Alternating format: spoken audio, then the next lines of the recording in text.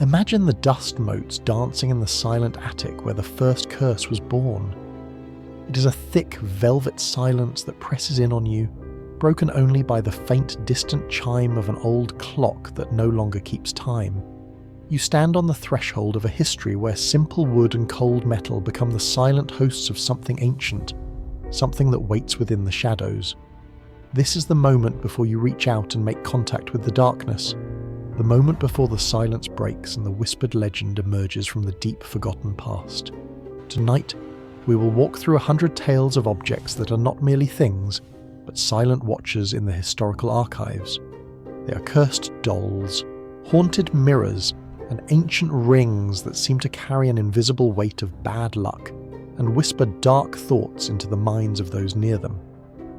We will discover how these items were made, the deep shadows they carry from centuries past, and the quiet, slow way they change the fortunes and even the moral centre of every person who dares to own them. These stories are simple, yet they hint at a persistent supernatural influence across all human history.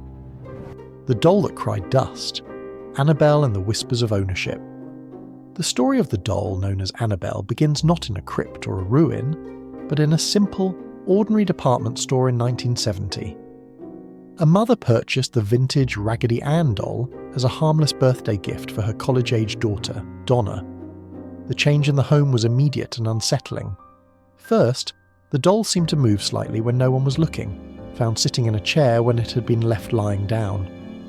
Then came the tiny, strange notes written on parchment, scrawled with a child's handwriting that simply read, "Help us." The spirit claiming to reside within the doll, a young girl named Annabelle Higgins, was initially presented as harmless and tragic, seeking companionship. This is the classic trick of the cursed object, to appear vulnerable and draw in compassion. Soon, however, the acts became aggressive, escalating from scratching strange marks onto the wooden furniture to a terrifying visible attack on one of Donna's friends, leaving him with deep, inexplicable claw marks. This shift from passive movement to physical malice signals a dark presence that had successfully established an anchor. When the famous demonologists Ed and Lorraine Warren were called to investigate, they confirmed the object was not housing a child's spirit, but an inhuman, parasitic entity. The doll was merely a shell, a symbol the entity used to gain permission to influence the human psyche. The real curse was not on the doll, but the way it changed the owners. It broke down their sense of safety and eventually opened them up to darker thoughts and experiences. The doll now resides in a locked, sanctified case, a constant reminder of how easily a simple object can become an eerie symbol. The Busby Stoop Chair, the silent invitation to death. The infamous Busby Stoop Chair, now secured high upon a museum wall, carries a simple, brutal curse. Anyone who sits in it will die tragically soon after. The story begins in 1702 with a drunk and disgruntled murderer named Thomas Busby, who was sentenced to hang for killing his father-in-law. His last request was to have one final drink in his favourite local pub. As he staggered to the gallows, he supposedly cursed his chosen chair, proclaiming that death would find anyone who ever sat in it again. The initial victims of the chair's dark power were local townspeople, who perhaps dared the curse as a drunken joke. The simple act of sitting down became a symbolic act of defiance against death, yet death always seemed to win the challenge. Over 2 centuries, reports detail a pattern of sudden, strange and tragic accidents. Car crashes, unexpected heart attacks, and sudden collapses that seemed to defy common sense and medical explanation. The chair was a silent, unassuming artifact that acted as a trigger for ruin. By the 1970s, the museum housing the chair finally took the grim collection of deaths seriously. They realised that the object was too dangerous to be near the public, not because it was inherently evil, but because of the supernatural weight of the story attached to it. It was hung 5 feet off the ground, a chilling, forbidden artifact that can only be looked at, never touched. The chair now acts as a dark anchor, a piece of mundane furniture elevated to the status of a macabre historical puzzle, connecting death to a simple wooden frame. The dark mirror, the mystery of the Myrtles plantation. Glass mirrors have always been considered an anchor for the spirit world, reflecting not just reality but also the unsettling shadows that linger behind it. One of the most famous examples is the mirror at Myrtle's Plantation in Louisiana, a house already famous for its lingering ghostly residents. Legend says that this large antique looking glass holds the trapped spirits of a mother and her children who were poisoned in the 1800s. Unlike most ghost stories where spirits merely appear, this mirror's curse is one of active capture. It is said that when the family died, the mirror was not covered, a common funeral custom to prevent spirits from being trapped, and thus their souls were pulled into the reflective surface. Visitors and owners report seeing strange impressions on the glass that cannot be cleaned away, smudges of children's handprints, or the ghostly reflection of figures standing in the room behind them. This cursed object reveals a crucial secret about the persistence of fear across time. The mirror subtly changes the mindset of anyone who keeps it, forcing them to constantly doubt what their eyes are showing them. It becomes a focus for anxiety, always suggesting that an eerie symbol or face is lurking just at the edge of perception. The power of the mirror is in its suggestion, weaving myth into reality and allowing the hidden horrors of the past to leak slowly into the present day. The Hope Diamond, a symbol of unspeakable greed. The Hope Diamond, a brilliant blue gem of incredible size, carries a curse whispered to be over 300 years old, focused on tragedy and violent misfortune for its owners. The legend traces the curse back to the eye of an ancient Hindu idol in India, from which the gem was supposedly stolen. This act of theft, this initial moment of greed, is the essential sin that anchors the diamond's dark influence, suggesting the curse is not random, but a symbolic punishment for avarice that persists across centuries. The list of misfortunes linked to the diamond is long and cinematic, confirming the persistence of fear across time. From the French monarch Louis XIV, who purchased the stone and later saw his family fall to revolution, to a Russian prince who murdered his mistress while she wore it, the pattern is clear. Ownership brings ruin or sudden death. The diamond subtly changes the owners, fueling their ambitions and vanity until their own actions become the mechanism of the curse, proving that the true danger is often how the mind is influenced. Today, the diamond rests safely in the Smithsonian Museum, protected not by a lock, but by its own gruesome reputation. Yet, even the current owner, the United States, has faced turbulent times since its acquisition, a haunting echo of its past. This cursed artifact serves as a perfect example of a recurring motif, a dazzling object that acts as a physical key to dark truths, linking personal tragedy to a shadowy, ancient force that punishes those who put wealth above reverence. The Terracotta Army's earthly vengeance. The vast, silent, buried army of terracotta warriors in China represents one of the largest and most impressive cursed objects in history, though the curse is aimed not at the buyer, but the discoverer. The curse began subtly in 1974 when a group of local farmers searching for water stumbled upon the clay soldiers. This magnificent historical discovery brought instant fame to the region, but for the farmers themselves, it brought profound and lasting personal destruction, suggesting the earth itself was offended. Soon after the discovery, the Chinese government claimed the land for the archaeological site, resulting in the eviction and displacement of the original families, who lost their farms, homes, and traditional livelihoods. Within a few short years, 3 of the lead discoverers had died under mysterious or deeply tragic circumstances, while others were left destitute and working for minimal wages to sell tourist souvenirs near the very pit they had uncovered. This quiet, persistent tragedy highlights a hidden horror, the Earth's whispers of ancient fears and its vengeance against those who disturb the long, deep sleep of the dead. The Terracotta Army remains a compelling recurring motif, a vast collection of eerie symbols serving as a dark truth. It illustrates how some curses are simply the disastrous, unintended consequences of disturbing a powerful historical and spiritual site.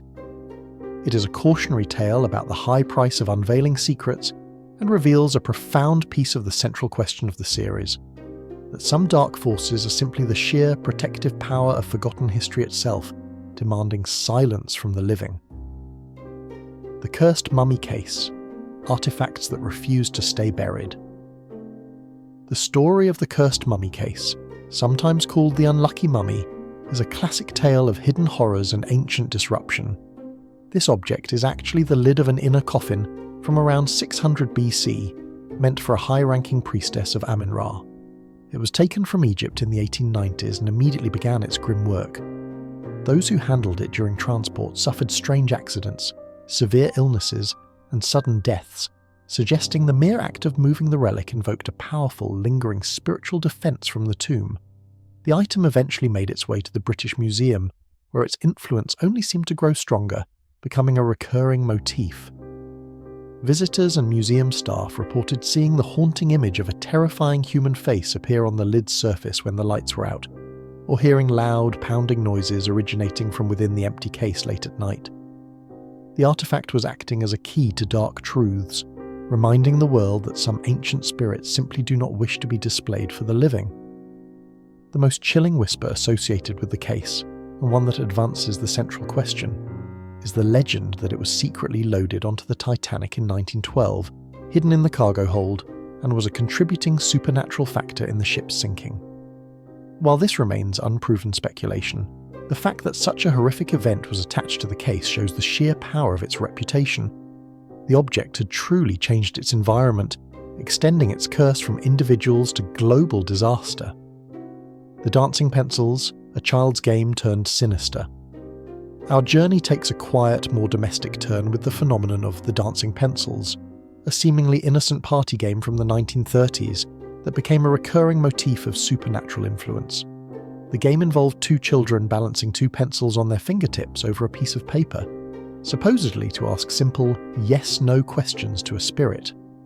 What began as a harmless pastime often resulted in the pencils moving with impossible speed and force, answering questions with unsettling accuracy about the children's secrets, or even predicting local tragedies.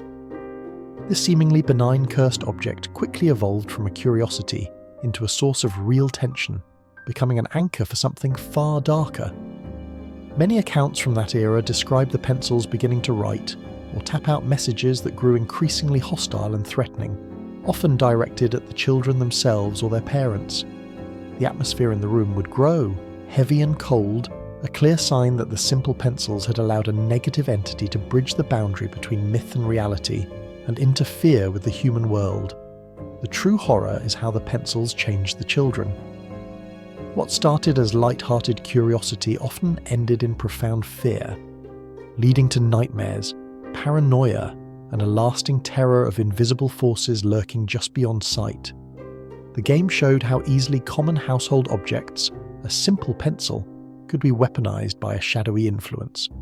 This perfectly illustrates the central question: what forgotten truths connect our fears, allowing something so plain to carry such a powerful, silent command over human emotions?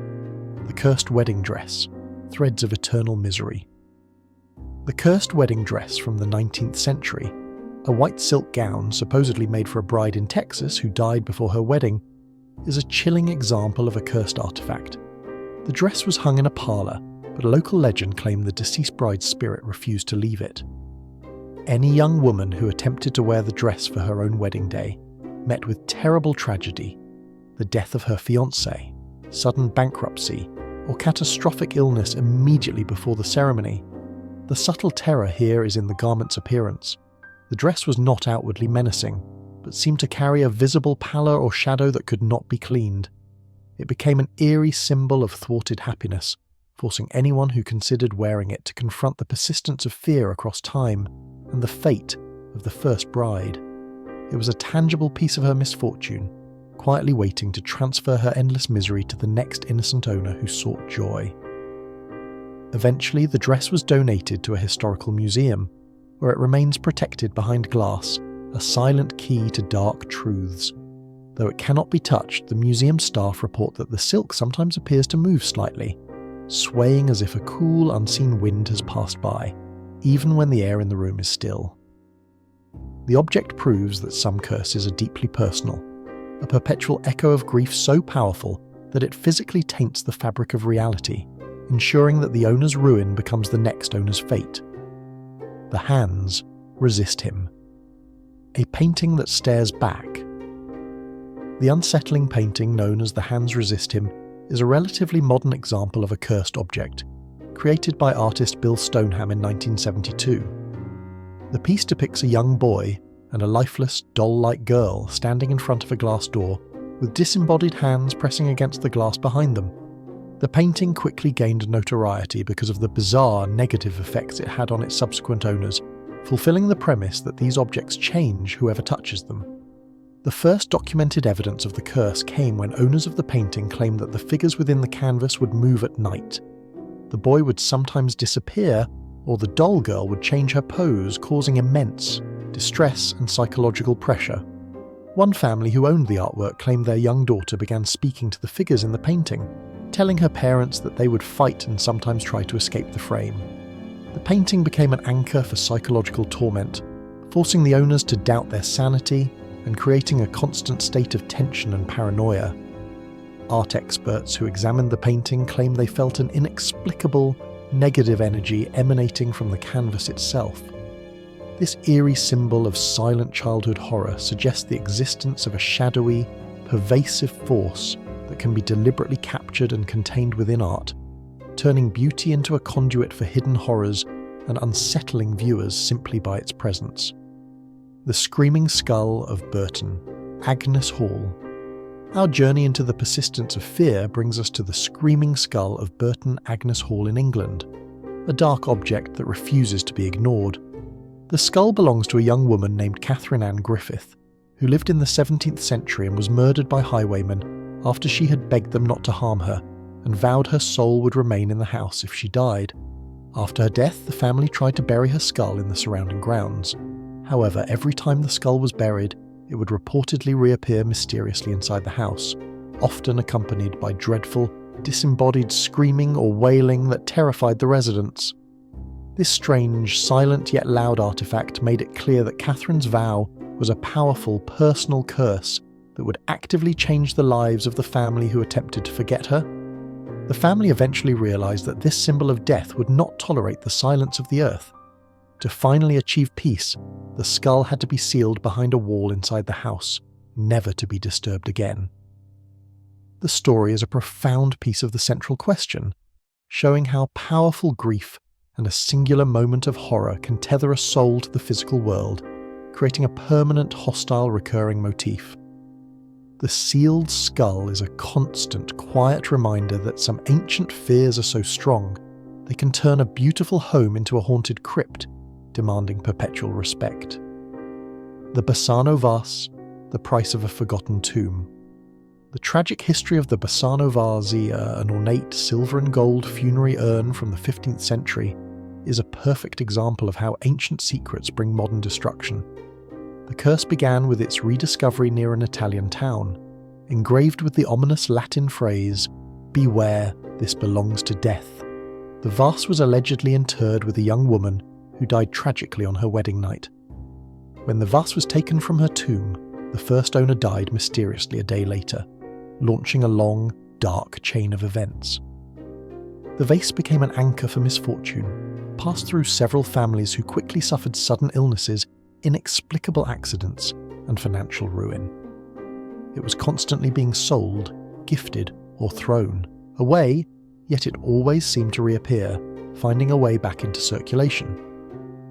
This constant, eerie return is a powerful recurring motif, suggesting that the vase was not just cursed, but actively seeking out new victims, reinforcing the idea that these objects won't stay quiet. Eventually, a desperate family, having suffered unimaginable tragedy after acquiring the vase, reportedly attempted to bury it, only to have the local police confiscate it after it was dug up again. The police then supposedly issued a public order to auction the item, demanding that the new owner keep it locked away. The Bassano vase reveals a crucial piece of the central question, that some dark forces are simply the furious territorial spirits of the dead, eternally bound to their possessions. The Anguished Man, the artist's torment trapped in canvas. The painting known as The Anguished Man is a recent example of a cursed artifact where the true horror is the human mind it influences. The artist, whose name remains unknown, reportedly mixed his own blood into the paints and committed suicide immediately after finishing the canvas, successfully binding his profound emotional turmoil to the work. The canvas itself is said to be haunted by his screams, a phenomenon that quickly changes the mental state of its owners. The current owner keeps the painting stored in his cellar, having repeatedly tried to get rid of it due to the severe psychological distress it causes. He and his family report hearing loud, agonizing cries and whimpering sounds coming from the sealed room, often preceded by a sudden intense drop in temperature. This psychological attack is more insidious than a physical curse. It focuses on destroying the owner's sense of peace and security through pervasive, unseen noise. This painting serves as an unsettling, eerie symbol, a key to dark truths about how human suffering can be captured and projected. The canvas is not just a picture. It is an open loop of the artist's final, terrible moment. It forces the current owner to advance the central question: what dark forces allow a mortal moment of despair to become an immortal entity? It suggests that intense, singular human tragedy can itself be the source of a persistent supernatural influence across time. The Poveglia Plague tools, touching the shadow of death. Our focus shifts to objects used not by the dead, but in the process of generating death.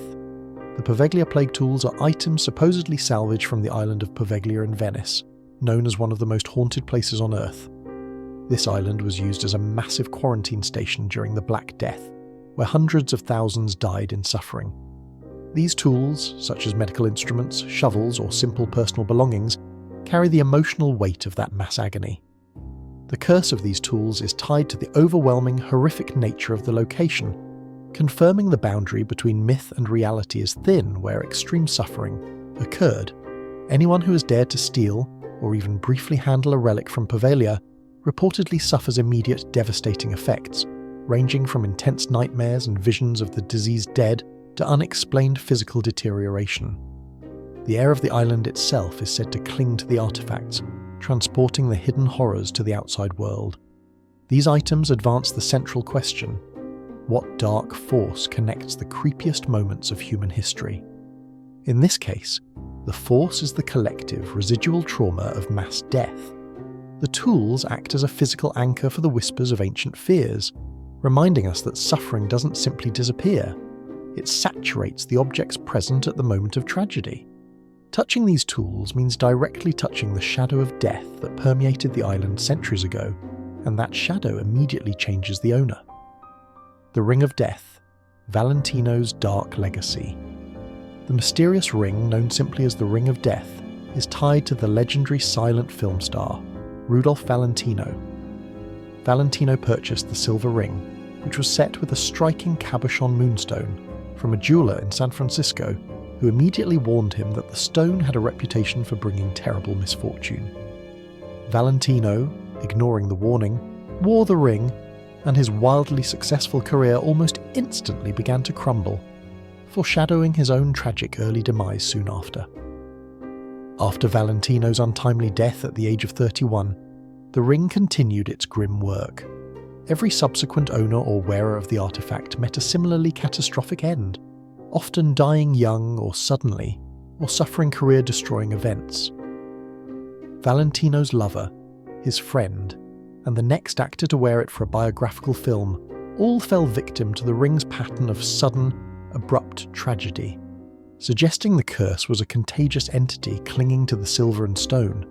Today, the ring is reportedly secured in a bank vault, protected from the world, and more importantly protecting the world from its supernatural influence. This simple piece of jewellery is a chilling recurring motif, an eerie symbol of tragedy that proves the persistence of fear across time. It forces us to ask, was the ring actually cursed?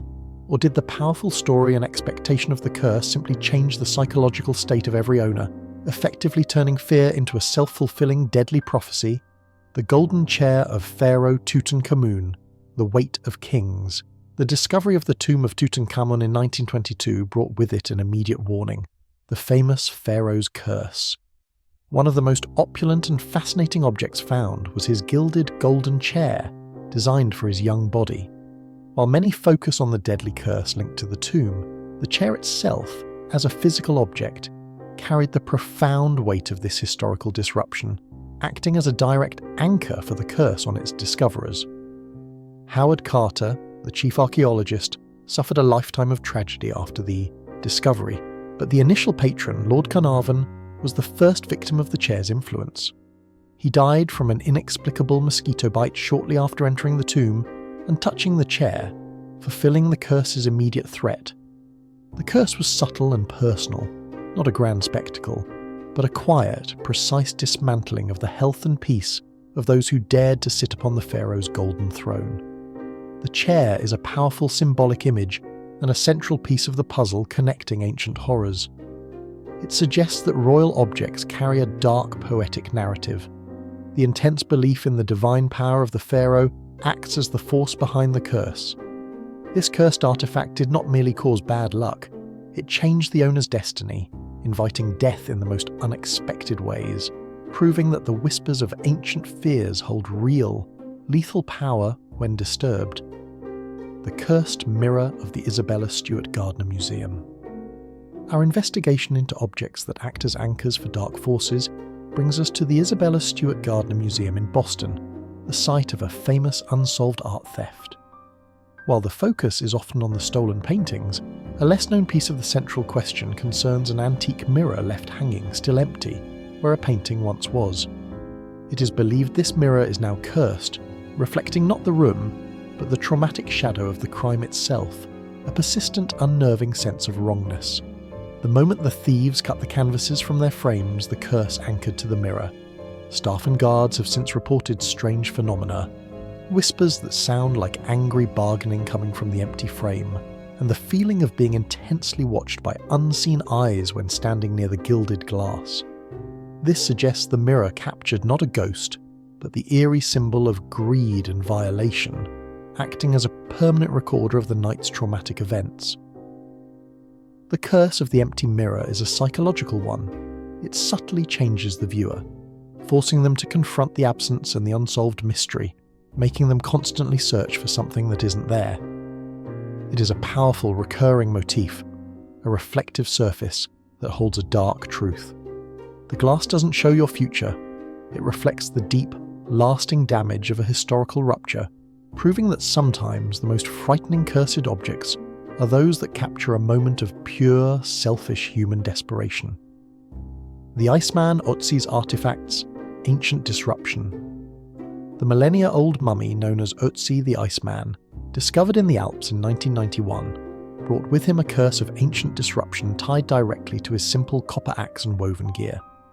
The curse is rooted in the fundamental premise of this series: disturbing the long, deep sleep of history always carries a price.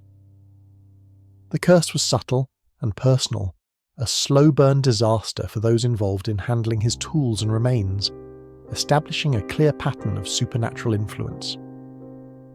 Within years of Ötzi's recovery and the study of his artifacts, a string of inexplicable deaths began plaguing the key people involved in the excavation and examination.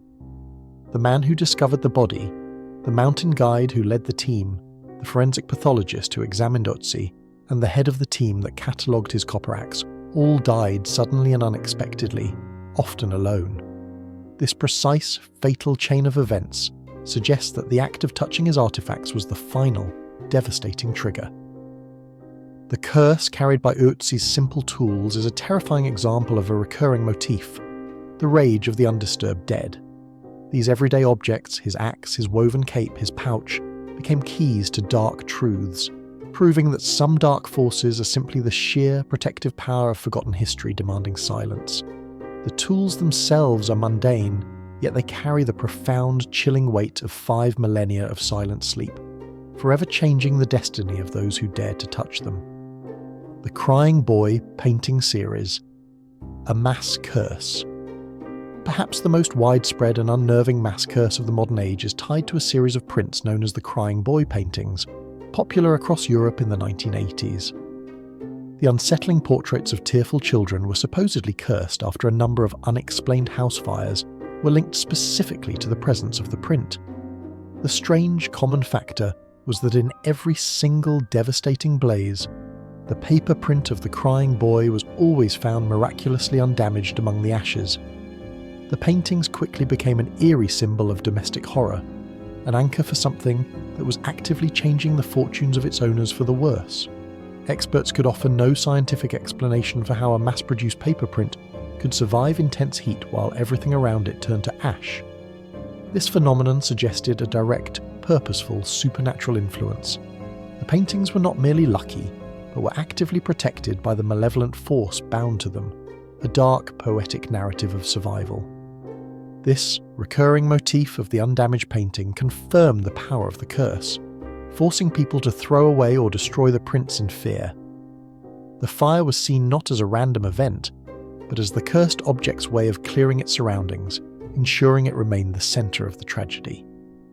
The crying boy print, a mundane household object, became a global source of anxiety, proving that the true horror is how easily a simple image can be transformed into a dark, watchful entity. The goddess Kali statue of Pehalwan, divine vengeance.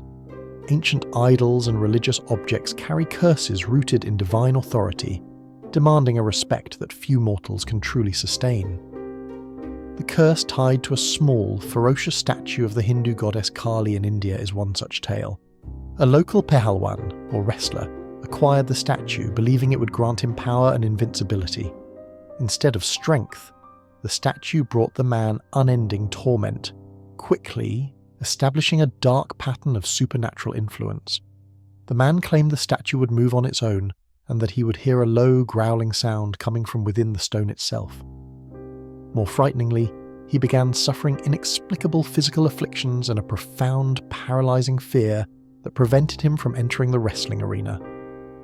The curse of the Kali statue was not designed to kill, but to cripple the owner's will, ensuring that the object and its dark, poetic narrative of vengeance completely dominated his life and profession.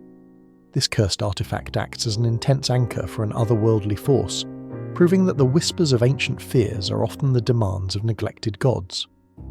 The statue forced the wrestler to confront the unsettling truth that power taken without proper reverence will turn against its holder, changing his internal landscape. The object reveals a deeper truth in our central question. Some curses are simply the universe correcting an imbalance, using the object as a precise instrument of sacred punishment. Robert the Doll, the first step in the doll anchor cycle. No exploration of cursed objects would be complete without Robert the Doll, the inspiration for many similar terror tales, including Annabelle. Robert was given to a young boy, Robert Eugene Otto, in Key West, Florida, in 1906, allegedly by a disgruntled servant who practiced black magic.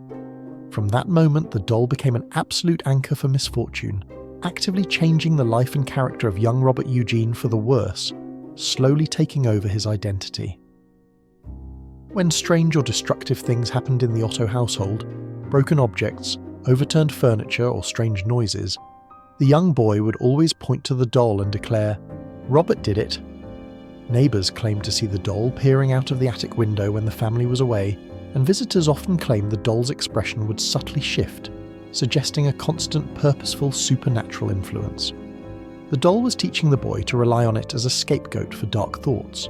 Today, Robert the Doll sits in a museum protected behind glass, yet visitors still claim to capture unsettling images or experience malfunctioning electronics near its case. The museum even requires people to ask the doll's permission before taking a photo, honouring the long-held tradition of the curse. This chilling, recurring motif proves the persistence of fear across time. The doll is not just a toy, it is a permanent host, a silent watcher that changed a boy's life into a lifelong entanglement with darkness, the Delhi Purple Sapphire, the jewel of Indian vengeance. The Delhi Purple Sapphire is neither purple nor a sapphire, but a cursed amethyst kept securely locked away in London's Natural History Museum, stolen from a Hindu temple in Cawnpore, India, during the Sepoy Rebellion of 1857. The stone carried the immediate and profound vengeance of the gods. The first owner, a Colonel Ferris, immediately lost both his money and his health, establishing the quick, devastating power of this cursed artifact. The subsequent owner, a scientist named Edward Heron Allen, was so plagued by misfortune while the gem was in his possession that he threw it into the London Canal, hoping to break the chain of bad luck. Eerily, 3 months later, the gem was found and returned to him by a dredging company, completing the dark, poetic narrative that these objects simply refused to be abandoned. He quickly realised the curse was not on the stone, but on the knowledge of its existence. Heron Allen eventually sealed the gem in 7 boxes, wrapped it with a cryptic warning letter, and instructed his heirs not to open it until 33 years after his death. This fear-fueled precaution became an eerie symbol of his psychological torment, confirming that the object successfully changed his behaviour. The stone is a central piece of our puzzle, a key to dark truths, demonstrating that some ancient fears are deeply territorial, anchored to their sacred origins by an invisible, relentless force. The goddess of death. Statue, the island's curse. From the Mediterranean island of Cyprus comes the haunting tale of the goddess of death statue, a simple yet intensely powerful cursed artifact. This small limestone idol, dating back to 3500 BC, is said to have brought destruction to every single family who owned it. The curse was slow, methodical, and pervasive, suggesting a long, silent command over human life and fortune that persisted across millennia. The first 4 known owners of the idol, all wealthy families who had acquired it as a relic, died mysteriously within 6 years of acquisition. This rapid, inexplicable chain of deaths suggested the statue was not just unlucky, but an anchor for an actively malevolent entity tied to the ancient fears of the Mediterranean. It forced observers to confront the unsettling truth that some objects are designed for one purpose: to usher in death. The statue now sits in the Royal Museum of Scotland, where it remains protected behind layers of glass and steel. This object perfectly illustrates a recurring motif, that power and destruction can be encapsulated in the simplest form. The curse of the goddess of death is a subtle but persistent supernatural influence, proving that the most profound horrors are often contained in the oldest, quietest, and most unassuming objects of forgotten history. The Dybbuk box, the wine cabinet of torment. The Dybbuk box is a contemporary cursed object that reveals how ancient fears can manifest in modern containers. The box is simply a small wine cabinet, purchased at an estate sale, supposedly containing a malicious spirit from Jewish folklore known as a Dybbuk. The curse anchored to the box was immediate and intensely psychological, designed to change the life of the owner through terrifying, inescapable supernatural influence. The initial owner, a museum curator, immediately began suffering from vivid, recurring nightmares and saw shadowy figures moving in his peripheral vision. His mother suffered a massive, inexplicable stroke moments after the box was opened. This rapid descent into torment and tragedy confirmed the hidden horror. The contents of the box were not wine, but a powerful, consuming evil that had been successfully contained until its accidental release. The current owner has placed the box in a specially constructed wooden crate, hoping to keep the entity from influencing the outside world. The object is a chilling example of a recurring motif, a simple, mundane container that acts as a key to dark truths, reminding us that sometimes the most profound evil is meticulously sealed away. The Dybbuk box confirms the persistence of fear across time, demonstrating that some objects become powerful symbols of human attempts to contain the terrifying unknowable. The goddess of the headless bride. A statue's vow. This profoundly disturbing artifact is a small stone statue of a woman with her head removed, known as the goddess of the headless bride. It was allegedly stolen from a South American tomb and is cursed to ensure that any person or family who possesses it will suffer a violent ritualistic act of loss. The curse is highly specific, suggesting a deep, ancient and personal vengeance tied to the object's original, tragic setting. The curse's power is revealed in its gruesome pattern of influence. The owner will invariably suffer a catastrophic, unrecoverable loss, often the sudden, violent death or disappearance of a loved one. The statue became an eerie symbol of this promised bereavement, constantly forcing the owner to anticipate the dark, unseen threat hovering over their family. This consistent pattern of tragedy confirms the boundary between myth and reality is thin where intense historical suffering is anchored to an artifact. The statue currently resides in a private collection, kept out of sight and sealed away, but its reputation as a cursed artifact persists, confirming the persistence of fear across time. It forces us to ask the central question: what hidden dark force connects the grief of the ancient world to the misfortune of the present? The Headless Bride statue suggests the answer is a profound, eternal vow of vengeance that has been physically anchored to the stone, silently waiting for the next victim. The telephone of death, whispers from the grave. In a unique convergence of technology and terror, the telephone of death is a cursed object that relies entirely on modern electrical conductivity to transmit an ancient fear. This antique rotary phone, once owned by a man who died mysteriously while talking on it, is reportedly cursed to ring itself with calls from the other side, transmitting a chilling message to the living. The curse is rooted entirely in the act of communication at the moment of death.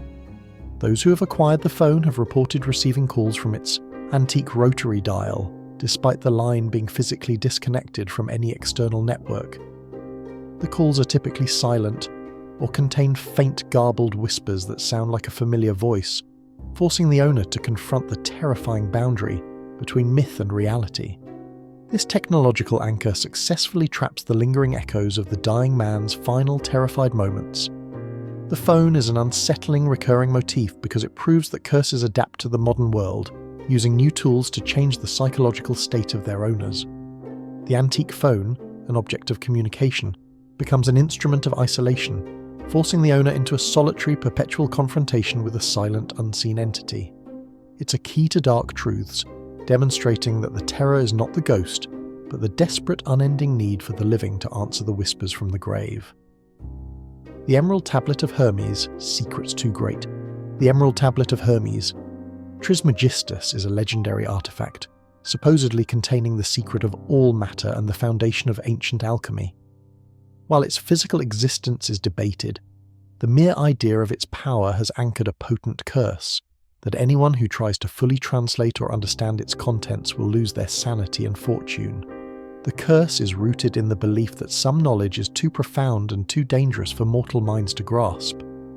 Throughout history, countless scholars and occultists who claim to possess or fully understand the tablet's secrets have met with tragic, often violent ends, or descended into utter madness. The tablet is an eerie symbol of forbidden knowledge, forcing those who seek it to cross the thin boundary between myth and reality. Its curse works by changing the owner's perception, flooding their minds with overwhelming, chaotic information until their reality fractures.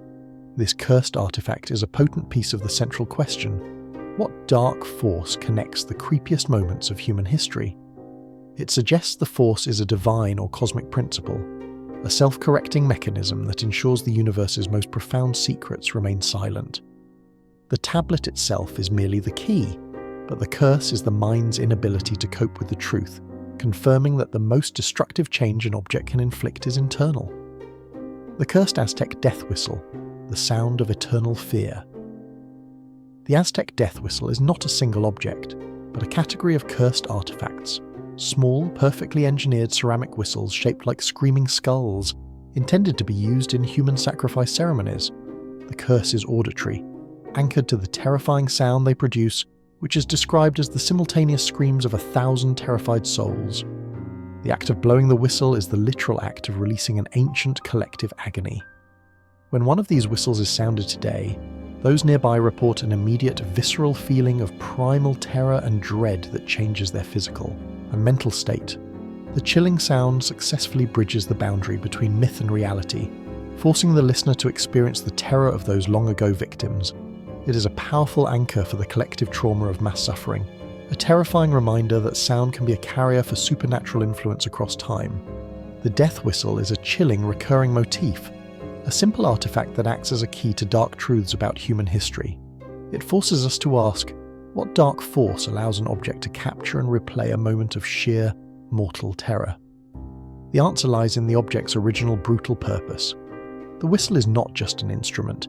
It is a meticulously crafted container for the human soul's final, terrified scream, a sound that refuses to be silenced by centuries. The ruby amulet of Princess Salma, love-turned vengeance. Our journey into historical curses brings us to the ruby amulet of Princess Salma, a dazzling piece of ancient jewellery from the Ottoman Empire. The amulet was a gift from a wealthy pasha to his beloved, who was later executed by poisoning in a fit of his jealousy. The amulet was supposedly present at the moment of her death, becoming a silent witness and a potent anchor for her final desperate vow of eternal vengeance against her lover's lineage.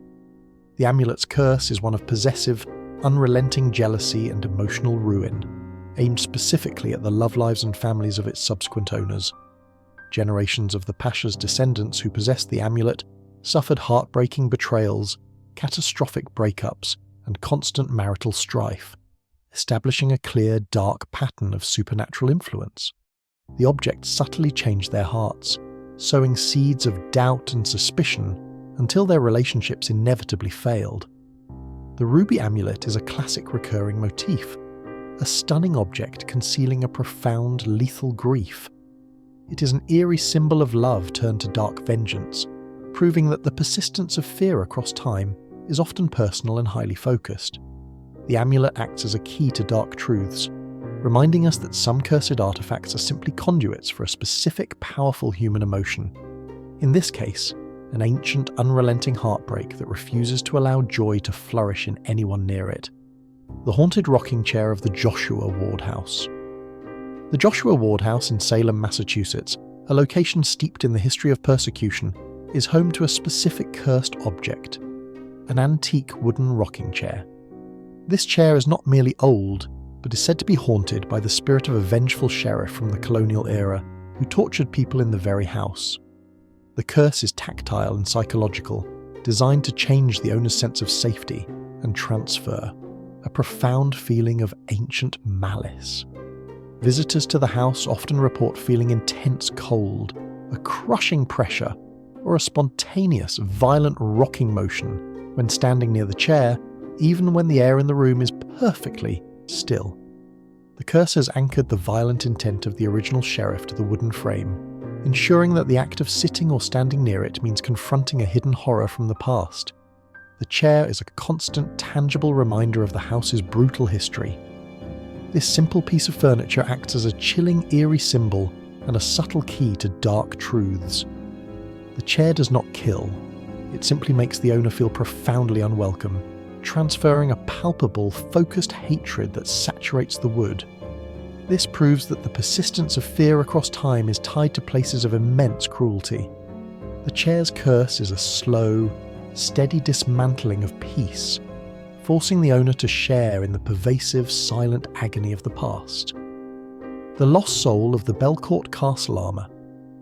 The Belcourt Castle Armour in Newport, Rhode Island, is an antique suit of medieval armour that is reportedly cursed to hold the trapped soul of a Spanish soldier who died a horrific, agonizing death while wearing it centuries ago.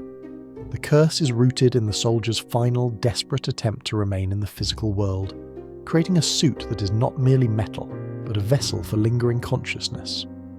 Visitors who approach the suit often report feeling an intense pressure, or hearing faint metallic rustling sounds, as if the unseen soldier is shifting his weight inside the hollow shell. The armour is a terrifying anchor for the soldier's suffering, a clear sign of a relentless, subtle, supernatural influence. This phenomenon suggests the spirit is actively trying to communicate its agony, or perhaps even escape the cold, metallic cage that has become its eternal prison. The armour is a powerful example of a recurring motif, an object that acts as a key to dark truths, illustrating the terror of being eternally bound to a physical shell. The presence of the armour subtly changes the dynamic of the castle's halls, turning a historical display into a constant confrontation with a hidden horror. It forces us to ask, what dark force allows an object to capture and sustain the consciousness of a man, forcing him to witness centuries of silence? The Chair of the Dead, a quiet place at the table. In a chilling tradition from medieval Europe, some families preserved a specific single dining chair for a deceased family member, believing the departed soul would still sit with them at mealtime. This simple, wooden chair of the dead became an object of quiet worship, but its power eventually grew into a terrifying psychological curse, an anchor for the lingering presence of the unseen relative that actively changed the mood of the room. If the living family failed to acknowledge the chair, or, worse, dared to sit in it, strange and negative consequences followed, ranging from whispered accusations and sudden illness to minor house fires.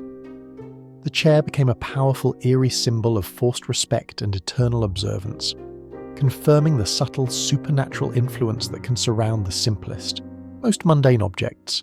It forces the family to continually maintain the thin boundary between myth and reality.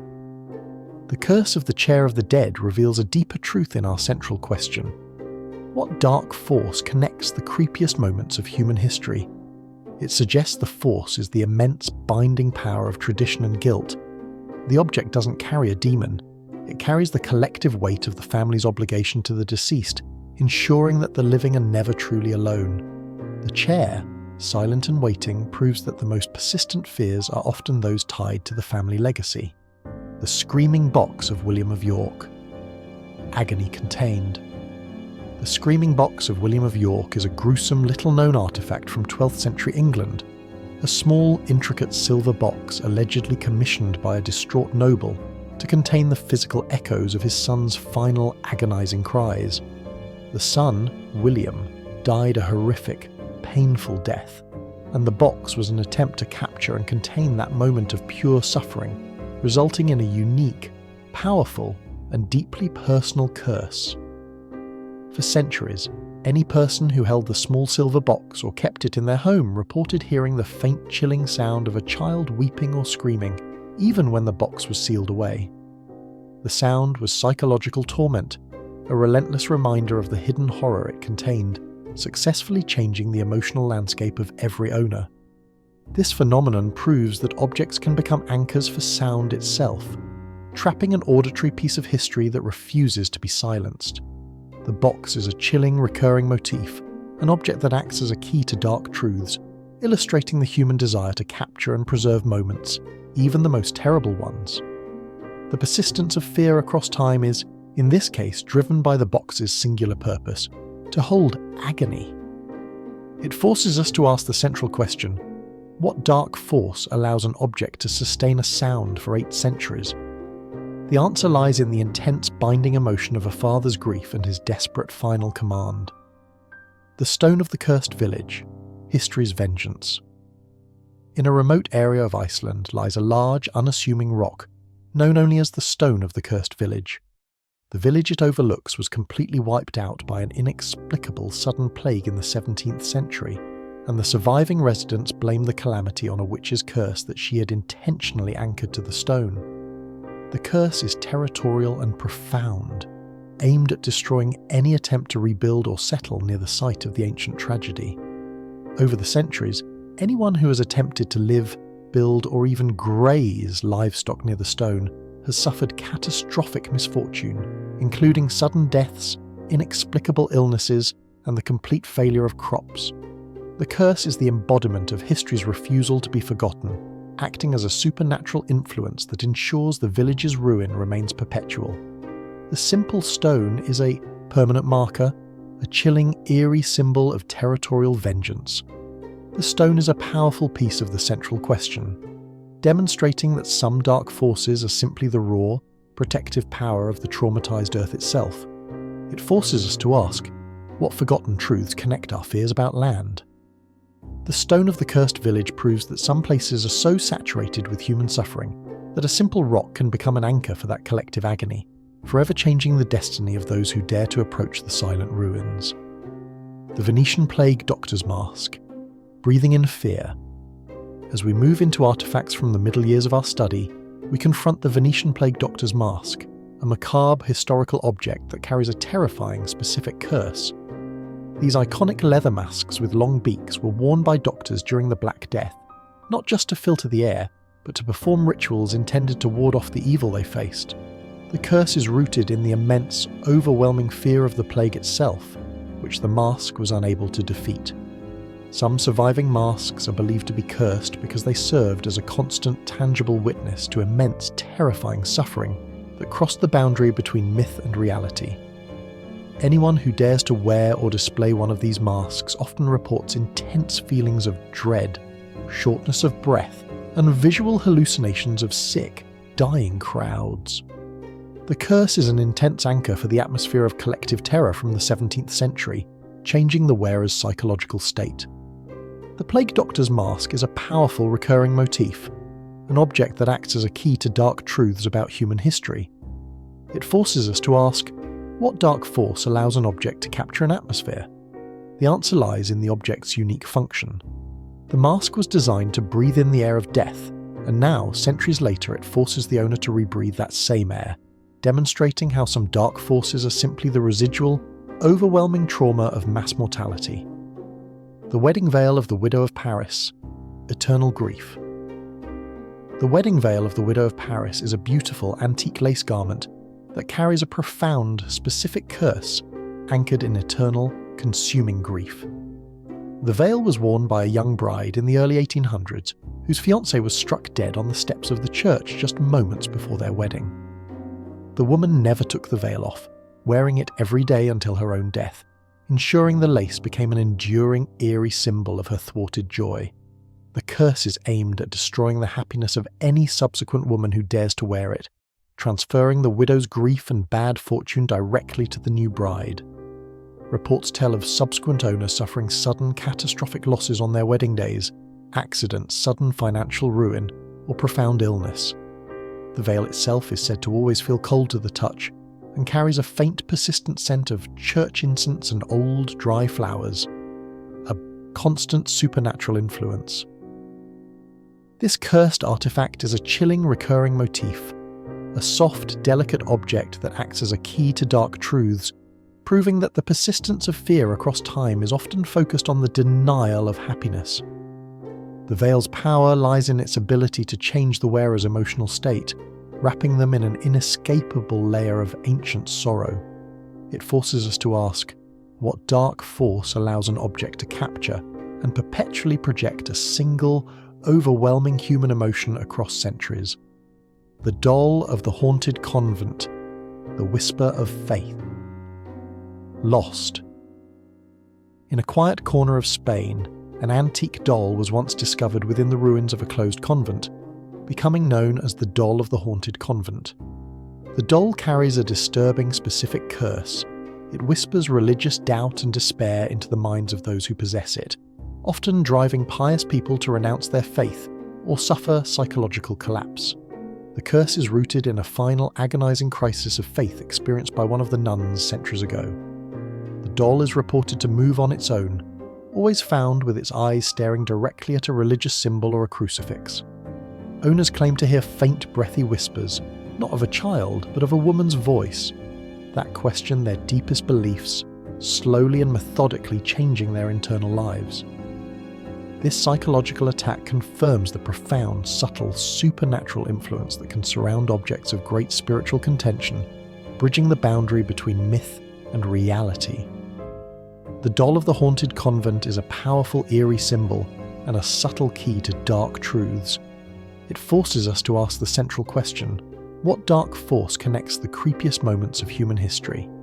It suggests the force is the residue of profound spiritual agony, captured and anchored to a small, inanimate form. The object's purpose is not physical harm, but the slow, meticulous destruction of the owner's soul, proving the most devastating change an object can inflict is internal. The cursed ancient harp, the sound of melancholy. The cursed ancient harp is a beautiful, nearly 6-foot-tall wooden harp from 18th century Ireland, believed to be cursed by its original owner, a famed but tragic travelling musician. He committed suicide after his life fell apart, vowing that his profound melancholy and artistic despair would forever linger within the strings and frame of his instrument. The curse is transmitted entirely through the sound it produces, infecting the listener with a specific consuming sadness. Those who attempt to play the harp, or even listen to its mournful, beautiful tone, report an immediate, overwhelming descent into a deep, inexplicable sadness that can last for weeks. The sound itself is the anchor for the artist's grief, a physical manifestation of a psychological curse that actively changes the emotional state of the owner. This phenomenon proves that objects can capture and replay powerful emotions across centuries, bridging the boundary between myth and reality. The harp is a chilling, recurring motif, an object that acts as a key to dark truths, illustrating the persistence of fear across time. It forces us to ask, what dark force allows an object to capture and eternally broadcast a singular human tragedy? The answer lies in the raw, immense power of artistic intent. The musician successfully turned his art into a perpetual, haunting monument to his pain, ensuring that the owner's ruin becomes the next owner's inescapable despair. The painting of the sad clown, the smile that terrifies. The painting of the sad clown is a deeply unsettling piece of modern cursed folklore, where the terror is anchored entirely to the subject's expression. The painting, often found in vintage shops, depicts a clown whose eyes seem to follow the viewer and whose smile carries a look of profound, manipulative malice beneath a mask of sadness. The curse is psychological, designed to change the owner's sense of safety and increase their paranoia. Owners who acquire the painting report immediately feeling intense discomfort, as if the clown is constantly watching them, even when the painting is turned to the wall. The gaze is an eerie symbol of silent malice, and many families have reported that the clown's expression subtly shifts over time, becoming more overtly hostile, confirming the object's active supernatural influence. The painting is a silent watcher, a permanent anchor for something unsettling and predatory. This painting is a powerful piece of the central question, demonstrating how modern cursed objects leverage our common cultural fears. It forces us to ask, what forgotten truths connect our fears of masks and hidden identities? The sad clown painting proves that the terror is not the object itself, but the chilling idea that something is always silently observing us, waiting. The owner's internal sense of security is destroyed, proving the most destructive change an object can inflict is psychological. The Watch of the Drowning Man, Time Against Fate. The Watch of the Drowning Man is a small, antique pocket watch, reportedly recovered from the body of a wealthy merchant who drowned at sea in the 1890s. The curse is rooted in the man's final, desperate, agonizing moment, his profound, terrifying inability to stop time and save himself. The watch became the anchor for that final, frantic energy, capturing a powerful, singular spiritual defense from the moment of death. The curse manifests subtly but devastatingly. Anyone who wears or carries the watch will find that their own personal time begins to accelerate in terrifying ways. Critical deadlines are always missed, appointments are forgotten, and opportunities slip away at an impossible speed. The owner's life rapidly falls into chaotic disarray, confirming the profound psychological curse that this object inflicts by subtly changing their relationship with the passage of time itself. The watch is a fascinating recurring motif, an object of precision that brings only chaos, acting as a key to dark truths. It forces us to ask, what dark force allows an object to manipulate time itself? The answer lies in the object's capture of that final primal fear. The watch is perpetually stuck in that final tragic moment, ensuring that the wearer never escapes the feeling of time running out, perfectly proving the persistence of fear across time. The Mirror of Versailles, Reflections of the Lost Court. Our study now turns to the Mirror of Versailles, a large antique mirror reportedly taken from the famed French palace and sold into private hands during a period of revolution. The mirror is cursed not by a demon, but by the overwhelming collective glittering vanity and eventual bloody downfall of the French aristocracy it reflected for centuries. The curse is psychological and historical, an intense anchor for a bygone era of destructive excess. Owners of the mirror often report seeing fleeting spectral reflections, not of their own rooms, but of figures in powdered wigs and silk gowns standing behind them, often weeping or looking terrified. This constant, unnerving, supernatural influence successfully bridges the boundary between myth and reality, forcing the owner to confront the ghosts of historical tragedy that the mirror witnessed. The mirror is perpetually stuck in the opulent, doomed past. This cursed artifact is a powerful recurring motif, a reflective surface that acts as a key to dark truths. It forces us to ask, what dark force allows an object to capture and eternally replay the atmosphere of a moment? The answer lies in the mirror's purpose, to display vanity. The mirror actively changes the owner's sense of self, wrapping them in a chilling sense of historical doom. It proves that the most powerful curses are those that are silently, historically, recorded in the very objects themselves. The ancient Aztec mask of Totec, the skin of vengeance. As we shift into the next phase of our study, focusing on artifacts of power and destruction, we encounter the horrifying Aztec mask of Totec, the god of regeneration and sacrifice. This ancient mask, fashioned from the skin of a sacrificial victim, is a profound and terrifying cursed artifact. The curse is aimed at the owner's physical being, rooted in the mask's original gruesome purpose of literally wearing another person's agony. The curse manifests as painful, recurring skin ailments, inexplicable fevers, and the intense, terrifying feeling that one's own body is not completely their own. The mask is an eerie symbol of captured suffering, creating a profound, disturbing, subtle, supernatural influence that slowly changes the owner's physical reality. The mere presence of the mask seems to project an aura of violation, forcing the owner to confront the unsettling process of physical decay and change. This mask is a chilling, recurring motif, a literal piece of human tragedy that acts as a key to dark truths about ancient religious practices. It forces us to ask the central question: what dark force allows an object to capture physical agony? The answer is the binding ritual of the mask itself. It has anchored the profound, final terror of the sacrificial victim, ensuring that the owner will always feel the shadow of that ancient, terrible pain clinging to their own flesh. The cursed chess set of Colonel Sandiford. The game that kills.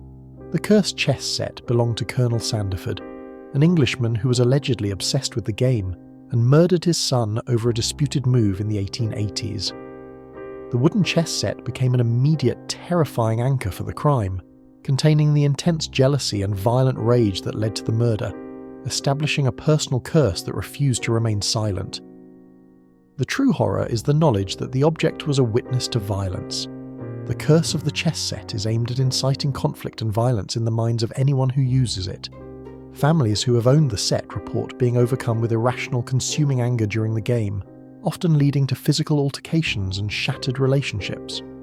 The chess pieces are sometimes found arranged in impossible, violent positions when the room is empty, a subtle but persistent supernatural influence that suggests the dark history is constantly repeating itself.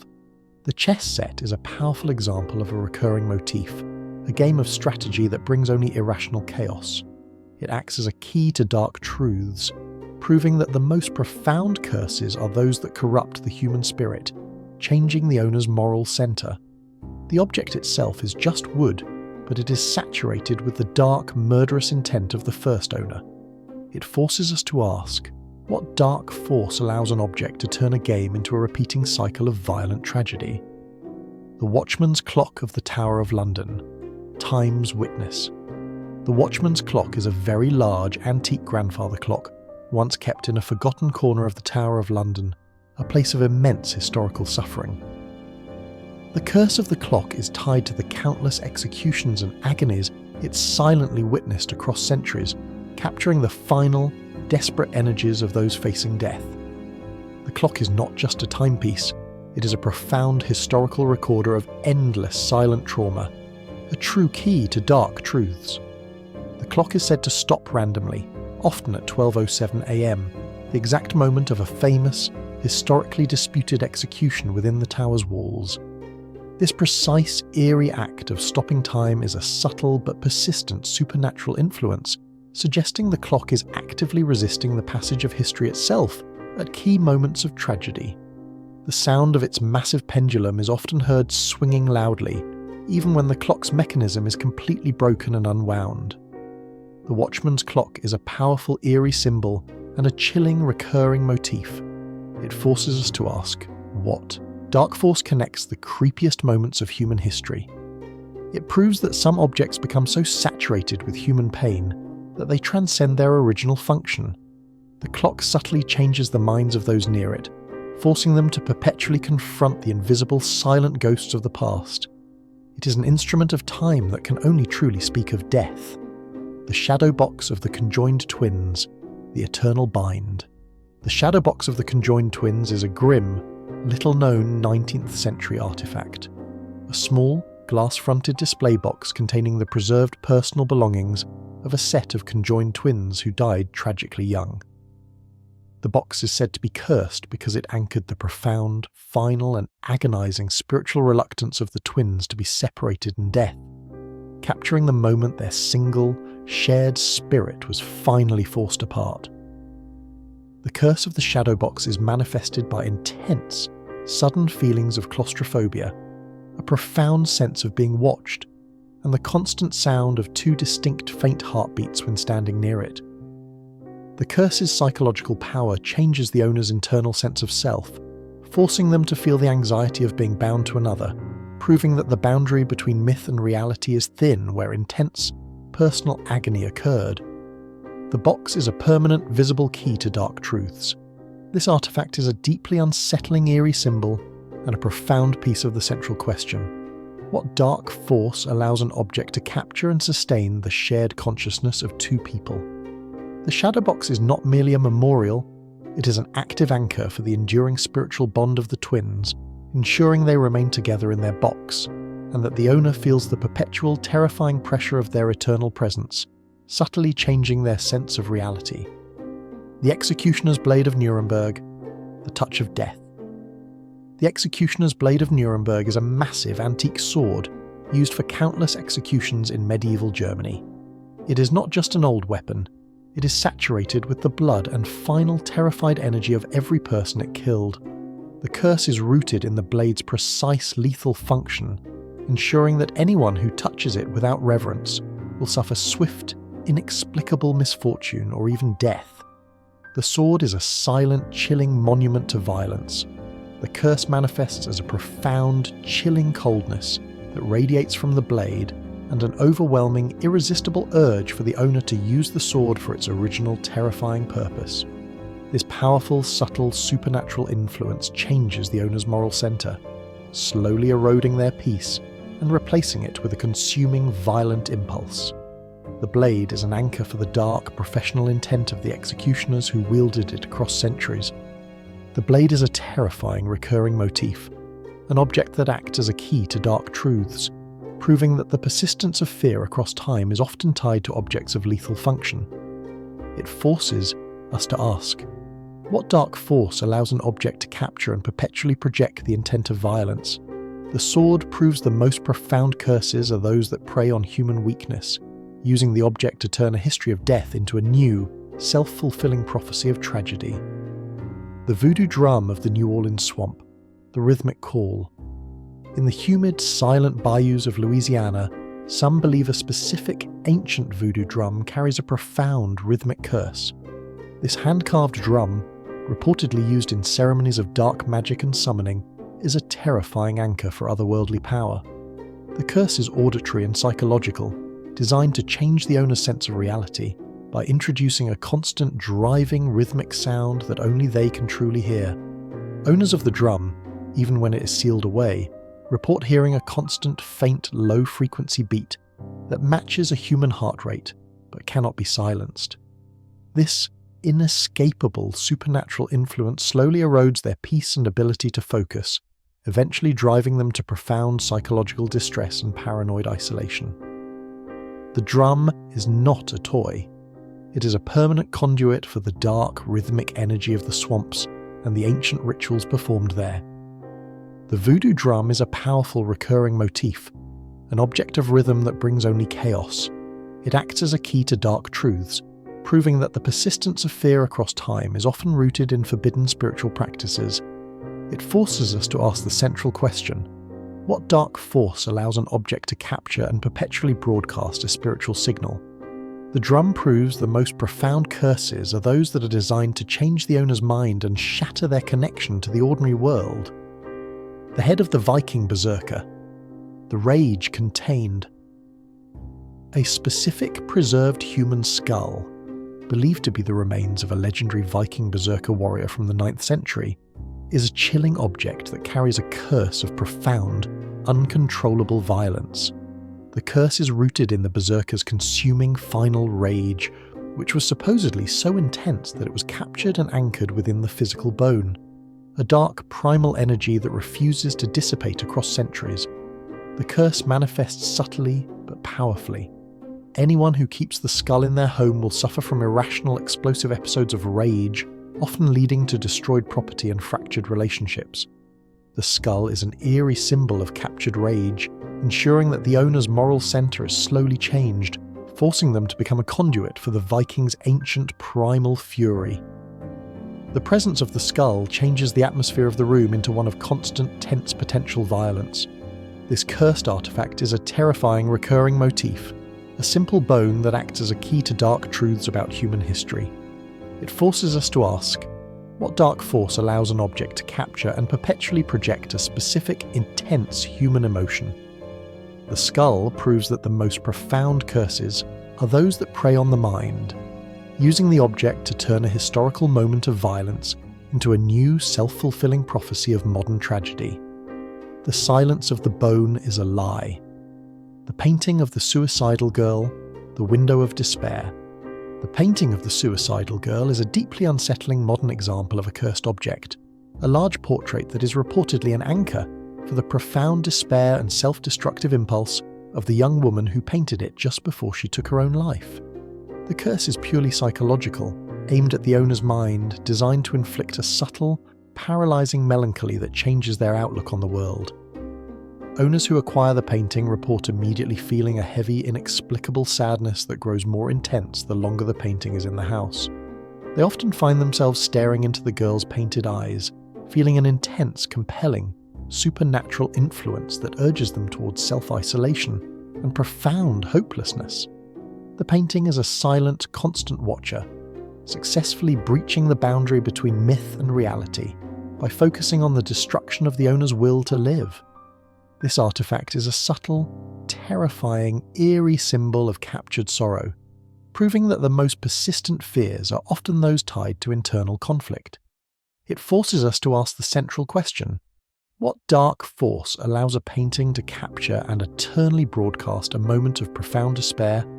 The painting proves that the curse is not the spirit, but the pure, overwhelming emotional residue of a single human tragedy, ensuring that the owner's ruin becomes a shared psychological burden. The Siberian shaman's talisman, the bone that demands. From the deep, cold reaches of Siberia comes the unsettling tale of the Siberian shaman's talisman, a small primitive object carved from dark bone and reportedly used in forbidden rituals of communication with the earth spirits. The curse is rooted in the talisman's profound power and the disrespect shown by its removal from its original ritual setting. The curse is specific and powerful, aimed at destroying the owner's health and connection to nature. Anyone who possesses the talisman suffers unexplained, chronic physical ailments and a profound, paralyzing sense of dislocation and terror when outdoors. The talisman is a terrifying anchor for the shaman's spiritual defense, actively resisting the modern world, changing the owner's relationship with their own body and the natural world.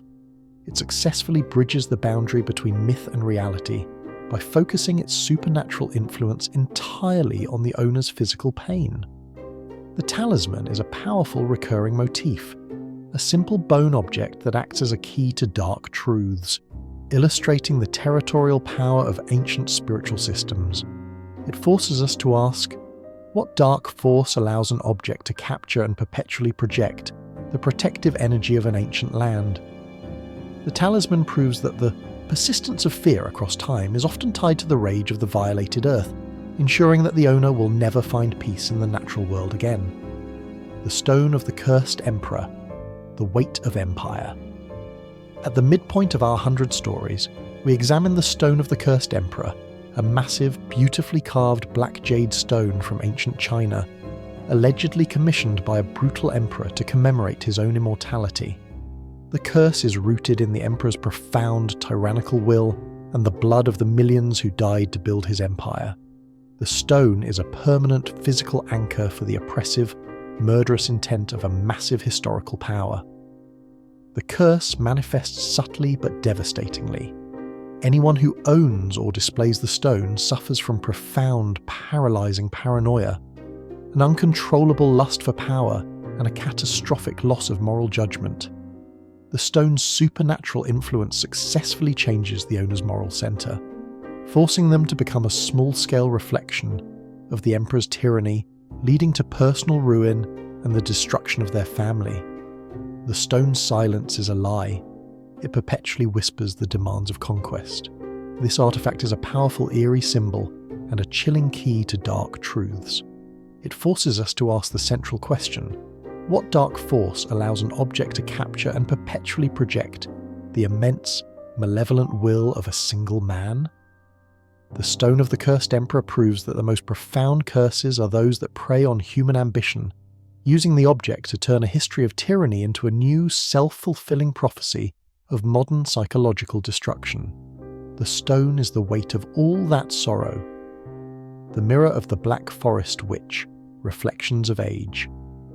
Our journey continues with the Mirror of the Black Forest Witch, a small antique hand mirror reportedly used by a reclusive German sorceress in the 17th century. The curse is rooted in the witch's desperate magical attempt to steal and preserve her own youth, binding her decaying image to the glass itself. The mirror is a powerful active anchor for the fear of aging and mortality, a silent, chilling truth that refuses to be ignored. The curse manifests as a terrifying psychological torment. Anyone who looks into the mirror will see their reflection age instantly, showing them their face in 20 or 30 years, complete with wrinkles and a look of profound future despair. This sudden, visceral, supernatural influence successfully changes the owner's psychological state, forcing them to confront the grim boundary between myth and reality by seeing their own inevitable decay reflected back. This cursed artifact is a terrifying recurring motif, a reflective surface that acts as a key to dark truths, proving that the persistence of fear across time is often personal and self-directed.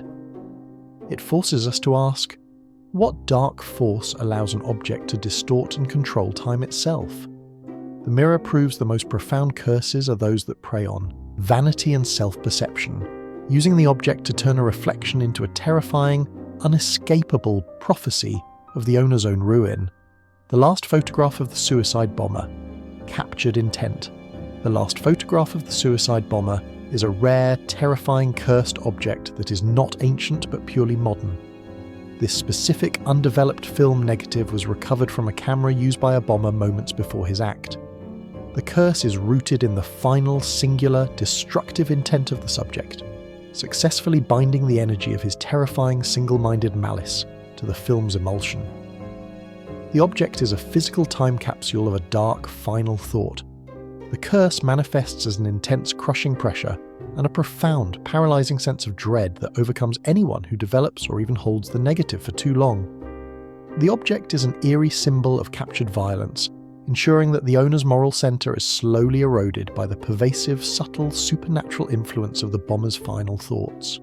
The photograph forces the owner to confront the boundary between myth and reality by holding a literal moment of pure destructive rage. This terrifying artifact is a chilling, recurring motif, a simple piece of film that acts as a key to dark truths about human capacity for evil. It forces us to ask the central question: what dark force allows an object to capture the intent of a killer? The photograph proves that the most profound curses are those that prey on the mind, using the object to turn a historical moment of violence into a new, self-fulfilling prophecy of psychological destruction for the owner. The bell of the lost cathedral, the sound that summons. Deep in a remote European mountain range, the ruins of an ancient forgotten cathedral hold a specific curse anchored to a massive bronze bell of the lost cathedral. The bell is said to be cursed because it was used only for a single purpose: to summon the populace to a final, tragic assembly before a massive, fatal plague struck the valley. The bell's sound is a terrifying anchor for the collective final despair of an entire community.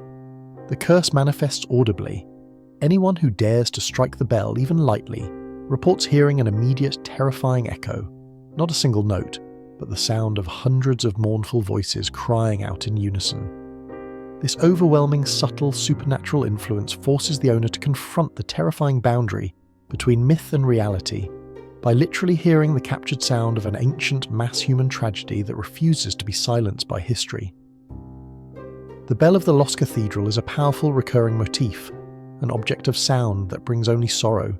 It acts as a key to dark truths, proving that the persistence of fear across time is often tied to objects of collective agony. It forces us to ask, what dark force allows an object to capture and perpetually project the sound of 1,000 final cries? The bell proves the most profound curses are those that bind the pain of an entire community to a single massive metal vessel. The shadow box of the cannibal. The hunger contained. A profound, chilling artifact is the shadow box of the cannibal, a small locked wooden box reportedly containing the personal effects of a serial killer from the 1930s who practiced cannibalism. The curse is rooted in the man's profound, final, consuming hunger and the terrifying, primal violation of his crimes. The box is an active, dark anchor for the memory of his terrifying, self-destructive impulses. The curse manifests as a profound, inexplicable sense of intense, irrational hunger, coupled with terrifying, intrusive thoughts of violence that slowly erode the owner's moral center. The box is an eerie symbol of captured malice, ensuring that the owner's mind is changed, forcing them to confront the terrifying boundary between myth and reality by holding a physical container of pure, self-destructive human evil. The box itself feels unnaturally cold to the touch, a constant supernatural influence. This terrifying artifact is a chilling recurring motif, a simple box that acts as a key to dark truths about human evil. It forces us to ask the central question: what dark force allows an object to capture and perpetually project the most primal, terrifying impulses of a killer? The shadow box proves that the most profound curses are those that prey on the mind, using the object to turn a history of murder into a new, self-fulfilling prophecy of psychological destruction for the next owner. The cloak of the treacherous confessor, the weight of guilt. The cloak of the treacherous confessor is an antique, heavy black velvet garment once worn by a priest who betrayed the secrets of his penitents to the authorities, leading to their deaths during a period of persecution. The cloak is cursed not by a demon, but by the profound, collective, silent guilt and betrayal of the priest, which was anchored to the velvet fabric at the moment of his death, ensuring his moral ruin remained. The curse manifests as a profound, crushing feeling of inescapable guilt and paranoia that overcomes anyone who tries to wear the cloak or keep it in their home. The cloak is an eerie symbol of captured moral failure, ensuring that the owner's moral center is slowly changed, forcing them to become a conduit for the confessor's ancient dark despair. The fabric itself is said to always feel unnaturally heavy, a constant supernatural influence that weighs down the owner. This cursed artifact is a powerful recurring motif, a simple garment that acts as a key to dark truths about human morality. It forces us to ask, what dark force allows an object to capture and perpetually project a specific, intense human moral failure? The cloak proves the most profound curses are those that prey on the conscience, using the object to turn a historical moment of betrayal into a new, self-fulfilling prophecy of psychological self-destruction for the next owner. The Ring of the Cursed Countess, Poisoned Beauty. The Ring of the Cursed Countess is a magnificent antique gold ring set with a large faceted emerald, once owned by a countess in the 18th century who poisoned her husband out of jealousy. The curse is rooted in the ring's presence at the moment of the murder, anchoring the countess's final, profound manipulative malice and her desperate attempt to avoid detection. The ring is a silent, beautiful witness to a single, terrible crime. The curse manifests as a subtle psychological torment. Anyone who wears the ring will suffer from an inexplicable, consuming jealousy and profound paranoia that slowly poisons their own close relationships. The ring is an eerie symbol of captured malice, ensuring that the owner's moral center is slowly changed, forcing them to become a conduit for the countess's ancient dark intent. The stone itself is said to feel unnaturally warm, a constant, subtle, supernatural influence. This cursed artifact is a powerful recurring motif, a piece of jewelry that brings only betrayal. It acts as a key to dark truths, proving that the persistence of fear across time is often personal and focused on the denial of trust. It forces us to ask the central question: what dark force allows an object to capture and perpetually project a specific, destructive human emotion? The ring proves the most profound curses are those that prey on love, using the object to turn beauty into a new tragedy. The last bullet of the outlaw, the intent to kill. The last bullet of the outlaw is a single, preserved, lead bullet supposedly recovered from the gun of a famous highly violent American outlaw just before he was killed in a shootout. The curse is rooted in the bullet's singular dark intent. It's designed to end a human life. The object is a physical anchor for the intense, singular focus of destructive, murderous energy, ensuring that its silence is a lie. The curse manifests as an intense, profound feeling of aggression, paranoia, and a constant, irrational urge to protect oneself with sudden violence. The bullet is an eerie symbol of captured destructive intent, ensuring that the owner's moral center is slowly eroded by the pervasive, subtle, supernatural influence of the outlaw's final thoughts. The metal is said to feel unnaturally cold to the touch, a constant, chilling reminder of its purpose to end life. This terrifying artifact is a chilling, recurring motif, a simple piece of metal that acts as a key to dark truths about human capacity for violence. It forces us to ask, what dark force allows an object to capture and perpetually project the dark intent of a killer?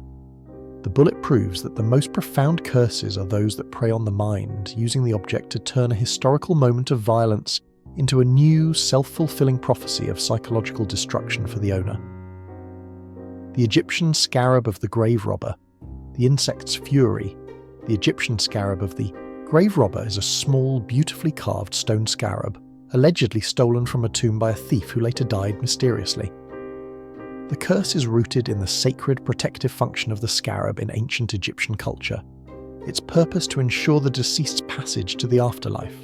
The stone is a powerful anchor for the fury of the violated tomb and the gods protecting it. The curse manifests as an intense, profound feeling of inexplicable illness, coupled with terrifying, recurring nightmares of being buried alive. The scarab is an eerie symbol of violated ancient tradition, ensuring that the owner's physical health is slowly eroded by the pervasive, subtle, supernatural influence of the tomb's protectors. The stone is said to vibrate faintly when held, a constant, chilling reminder of the life it should have protected, not cursed. This cursed artifact is a powerful recurring motif, a small, simple carving that acts as a key to dark truths. It forces us to ask, what dark force allows an object to capture and perpetually project the spiritual defense of an entire civilization? The scarab proves that the most profound curses are those that are deeply territorial, using the object to turn a history of theft into a new, self-fulfilling prophecy of destruction for the next owner, ensuring the tomb remains quiet. The head of the cursed statue of Janus, two faces of ruin. The head of the cursed statue of Janus is a unique two-faced stone artifact from ancient Rome, representing the god of beginnings and endings, war and peace. The curse is rooted in the statue's dual nature, the profound, final and terrifying moment when the god of war was invoked for a bloody campaign that ended in total ruin. The head is a powerful anchor for a history of immense contradictory human tragedy. The curse manifests as a profound, paralyzing indecision and a chaotic, self-destructive split in the owner's personality, slowly eroding their peace and ability to focus. The head is an eerie symbol of captured chaos, ensuring that the owner's moral center is slowly changed, forcing them to become a conduit for the statue's ancient, dark confusion. The faces are said to change expression, one looking serene, the other terrified, a constant supernatural influence. This cursed artifact is a terrifying recurring motif, a simple stone that acts as a key to dark truths about the collapse of power. It forces us to ask the central question: what dark force allows an object to capture and perpetually project the profound, chaotic energy of contradiction?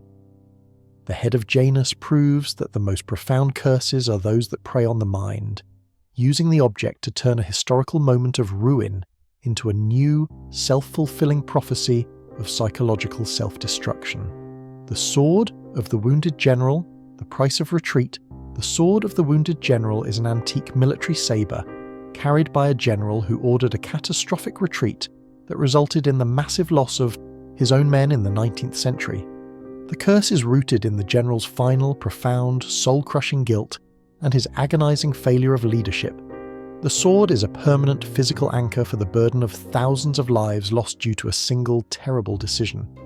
The curse manifests as an intense, profound feeling of profound, inescapable guilt and paralysis that overcomes anyone who tries to wield the sword or display it in their home. The sword is an eerie symbol of captured failure, ensuring that the owner's moral center is slowly changed, forcing them to become a conduit for the general's ancient dark despair.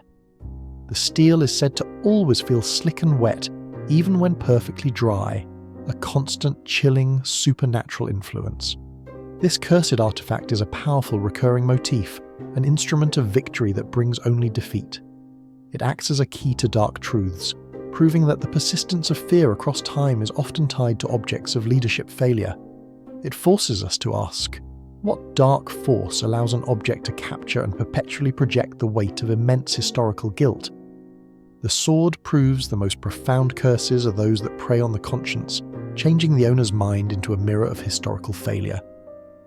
The Peruvian burial shroud, the fabric of sleep.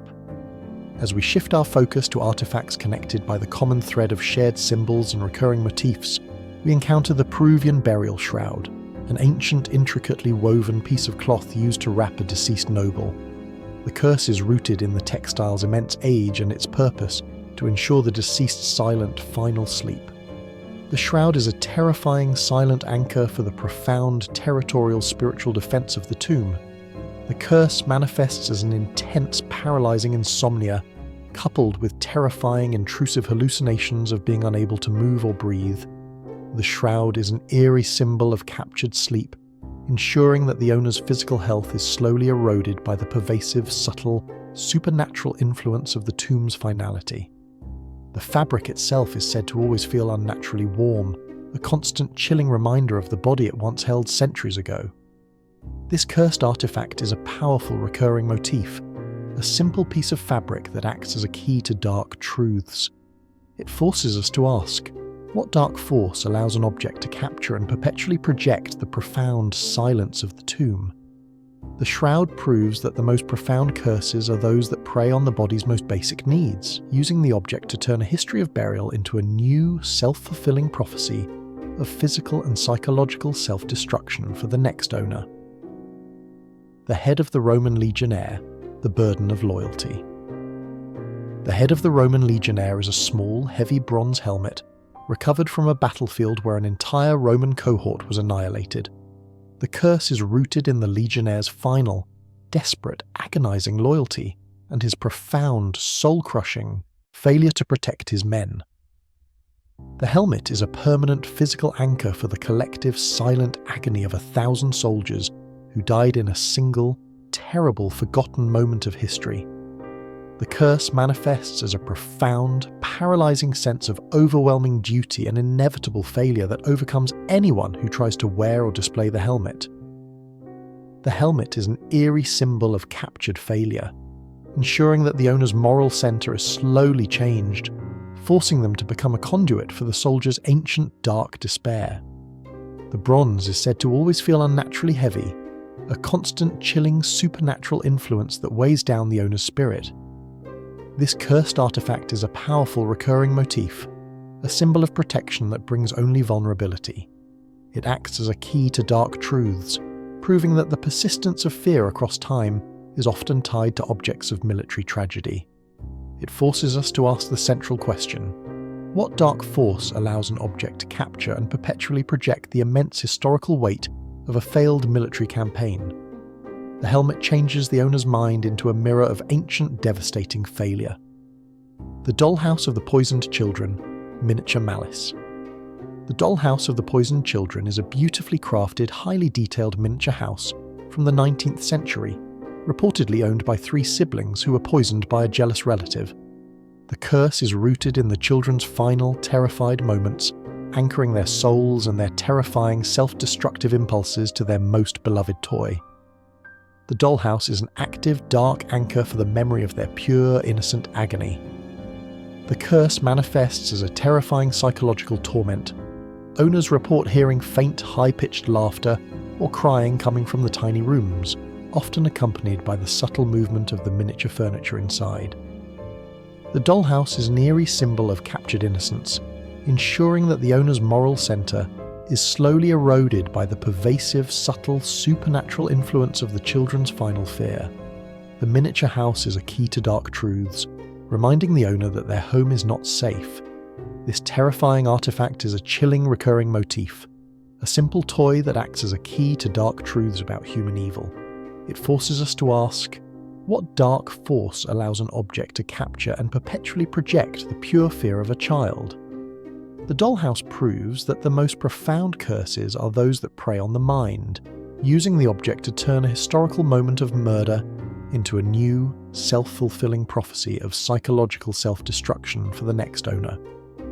The Hand of Glory, the Candle of the Thief. The Hand of Glory is a profoundly disturbing cursed object from medieval European folklore, the preserved severed hand of a hanged criminal used as a macabre candle holder. The belief was that lighting the dried fingers would paralyze all occupants of a house, making them easy targets for theft. The curse is rooted in the final desperate malice and criminal intent of the executed thief, which was magically bound to the physical remains. The curse manifests as intense, terrifying feelings of profound paralysis and vulnerability that overcome anyone who tries to possess or use the hand. The object is an eerie symbol of captured criminal intent, ensuring that the owner's moral center is slowly eroded by the pervasive, subtle, supernatural influence of the thief's dark will. The fingers are said to twitch faintly when the room is dark, a constant chilling reminder of the thief's eternal, malicious vigilance. This cursed artifact is a terrifying recurring motif, a physical piece of a human body that brings only chaos. It acts as a key to dark truths, proving that the persistence of fear across time is often tied to objects of dark magic and forbidden practices. It forces us to ask the central question: what dark force allows an object to capture and perpetually project the criminal intent of a thief? The Hand of Glory changes the owner's mind into a mirror of ancient predatory violence. The Tibetan Skull Cup, the Drink of Agony. The Tibetan Skull Cup, or Kapala, is a ritualistic drinking vessel made from a human skull, often used in ancient spiritual practices to invoke power or meditation on mortality. The curse is rooted in the skull's original, ritualistic purpose and the terrifying, profound boundary between life and death.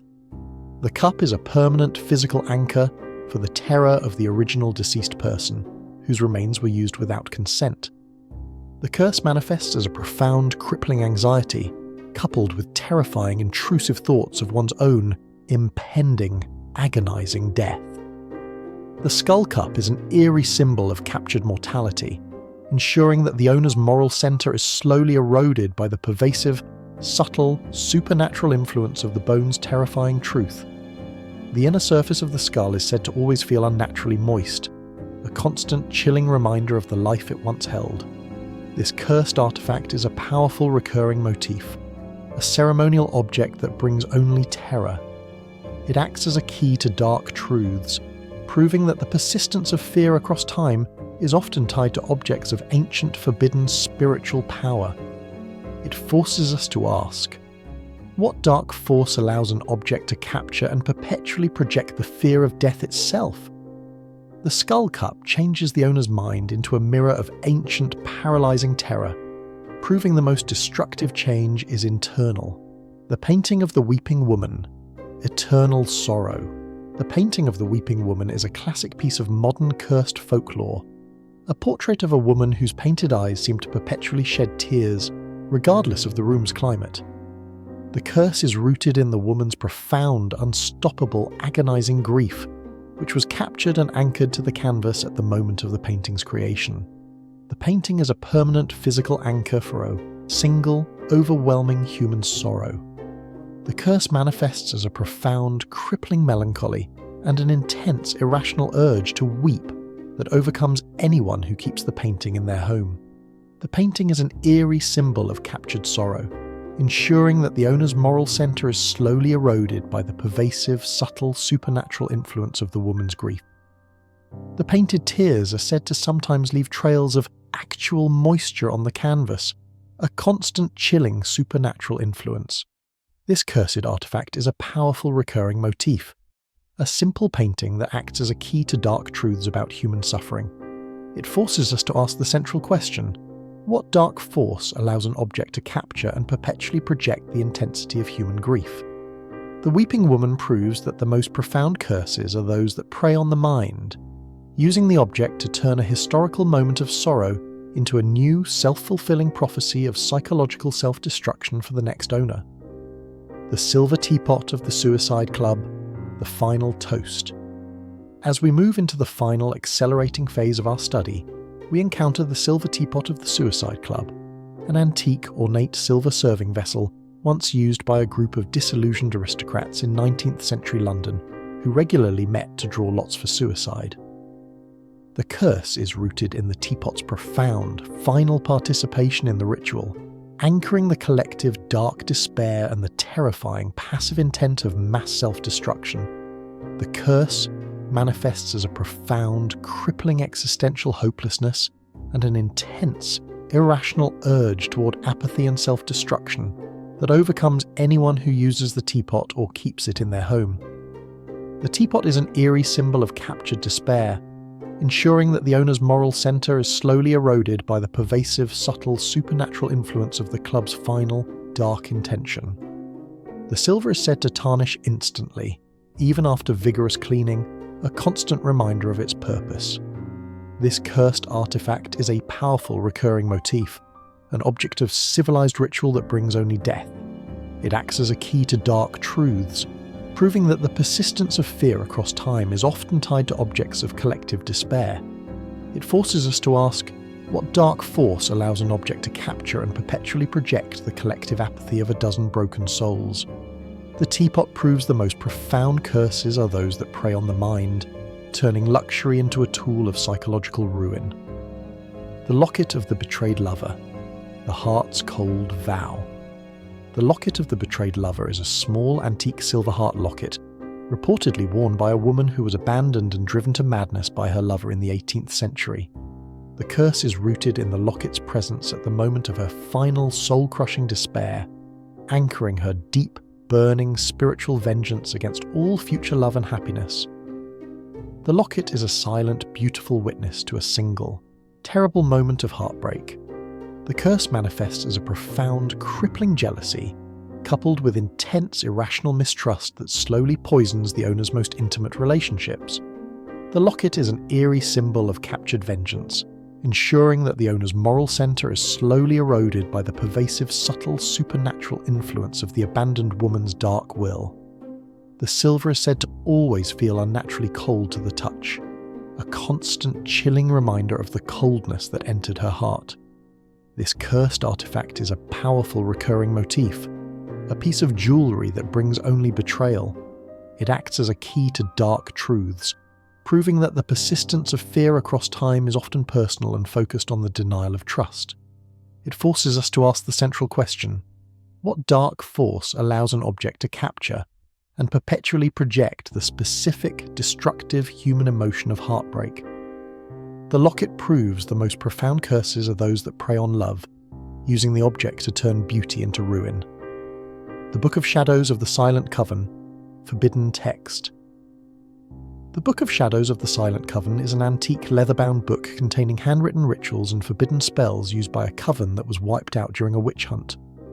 The curse is rooted in the book's singular dark purpose, to capture and eternalize the secrets of the coven's final, terrified, protective silence. The book is an active, dark anchor for the intense, singular focus of forbidden knowledge.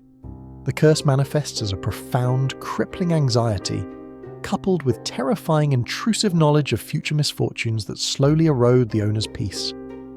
The book is an eerie symbol of captured forbidden knowledge, ensuring that the owner's moral centre is slowly changed, forcing them to confront the terrifying boundary between myth and reality by holding a literal compendium of dark ritual. The pages are said to sometimes turn on their own, a constant supernatural influence.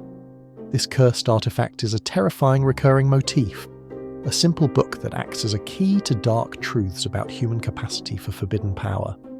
It forces us to ask, what dark force allows an object to capture and perpetually project the intent of dark magic?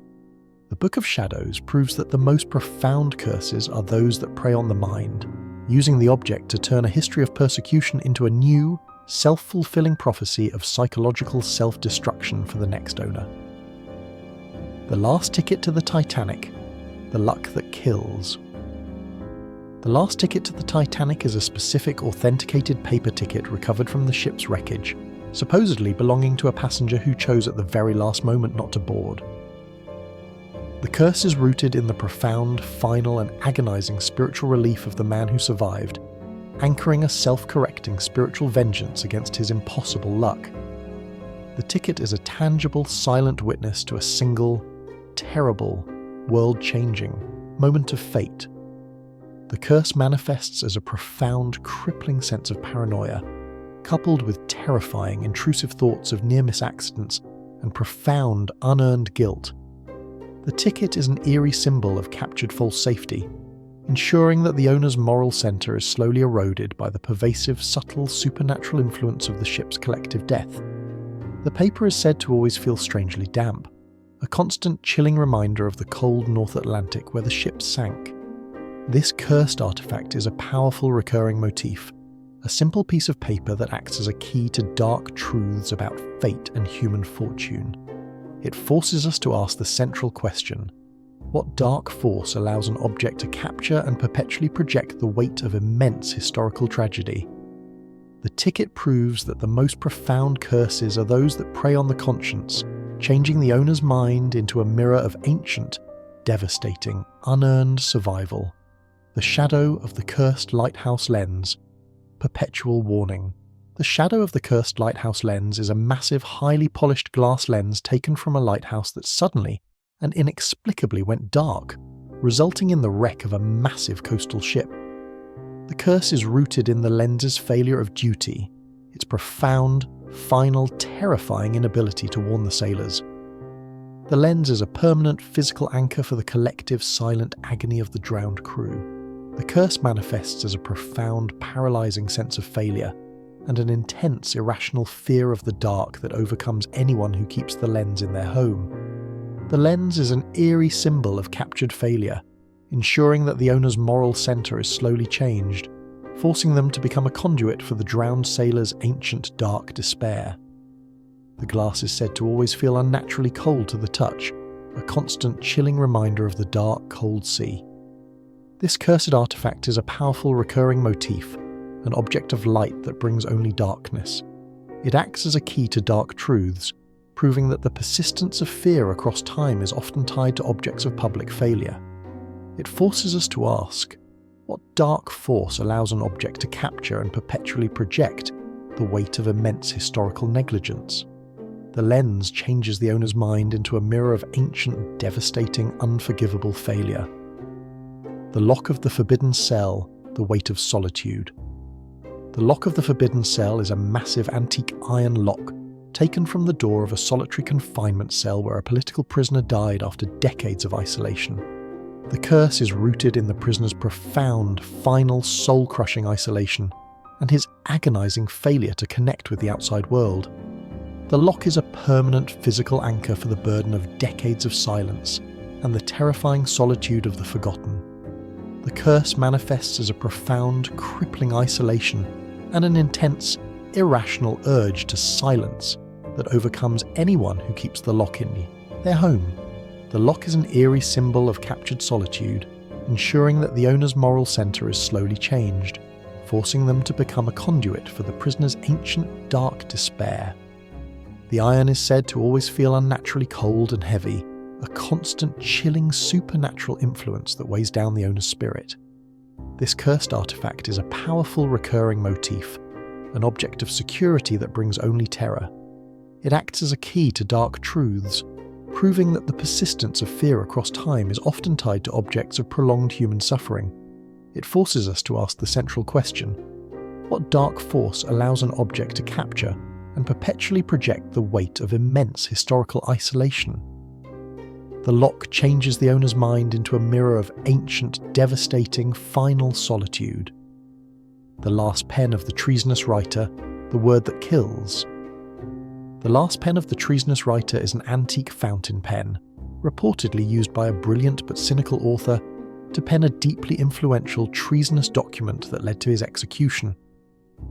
The curse is rooted in the pen's singular dark purpose, to capture and eternalize the corrosive, self-destructive power of a single idea that destroyed its creator. The pen is a permanent physical anchor for the burden of immense historical guilt.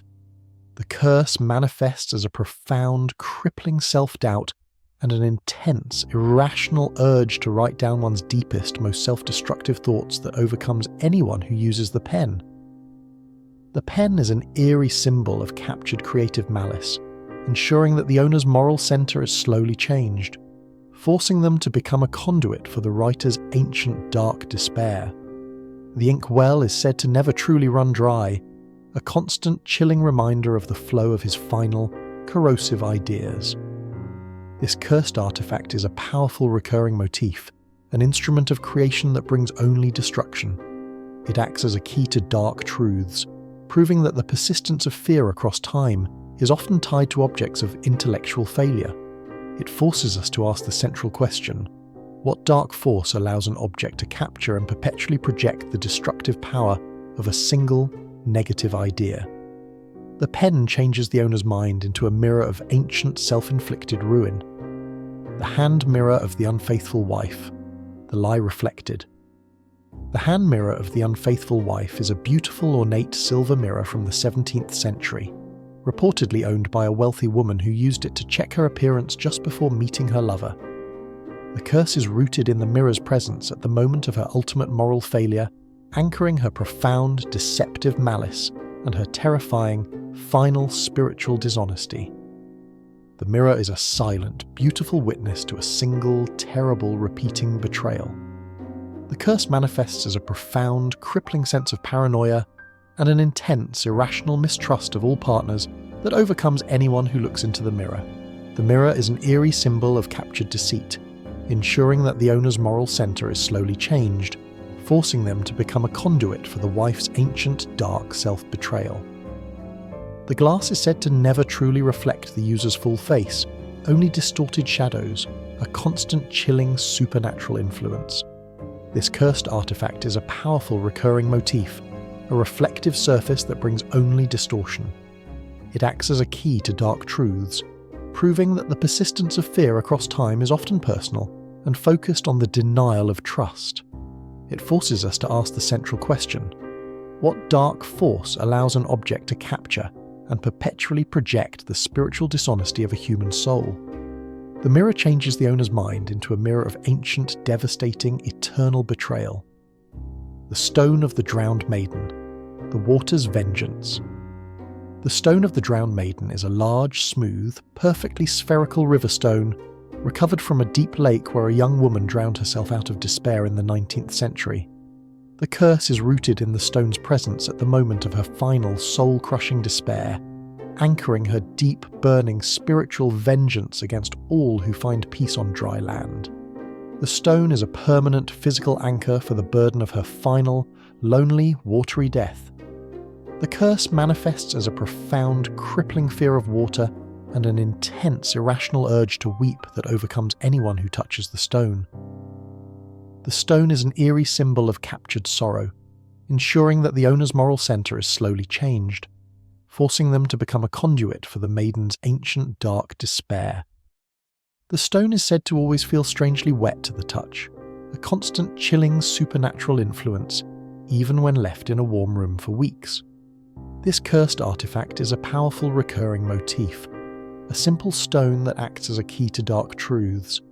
It forces us to ask the central question: what dark force allows an object to capture and perpetually project the intensity of human grief?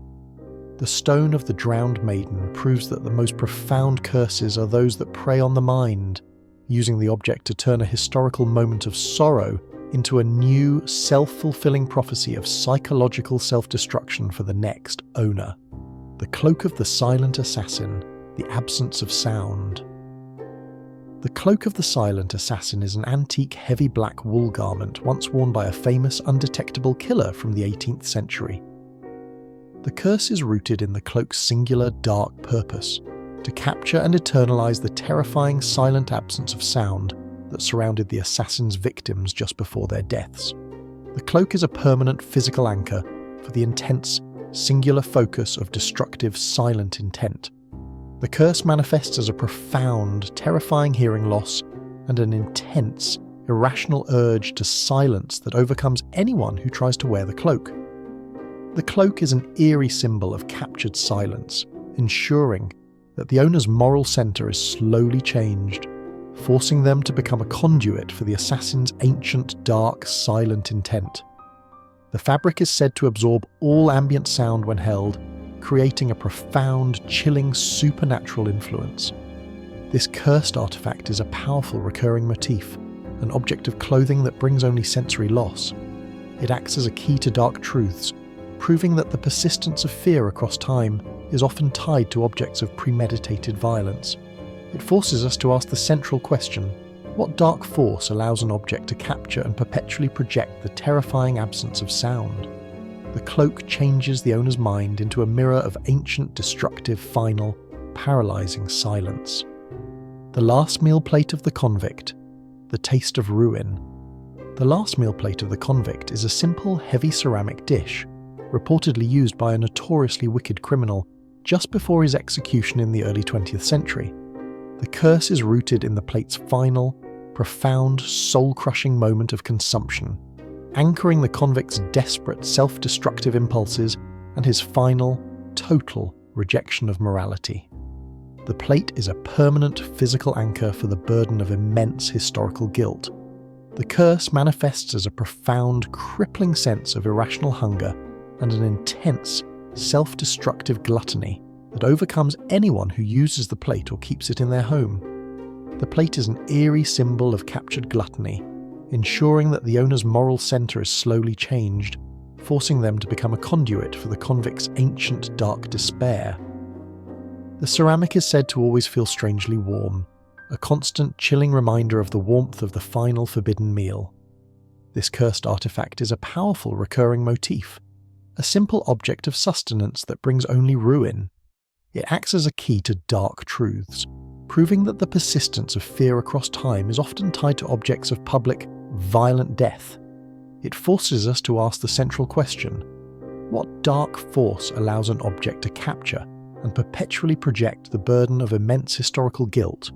The plate changes the owner's mind into a mirror of ancient, devastating, final, self-destructive greed.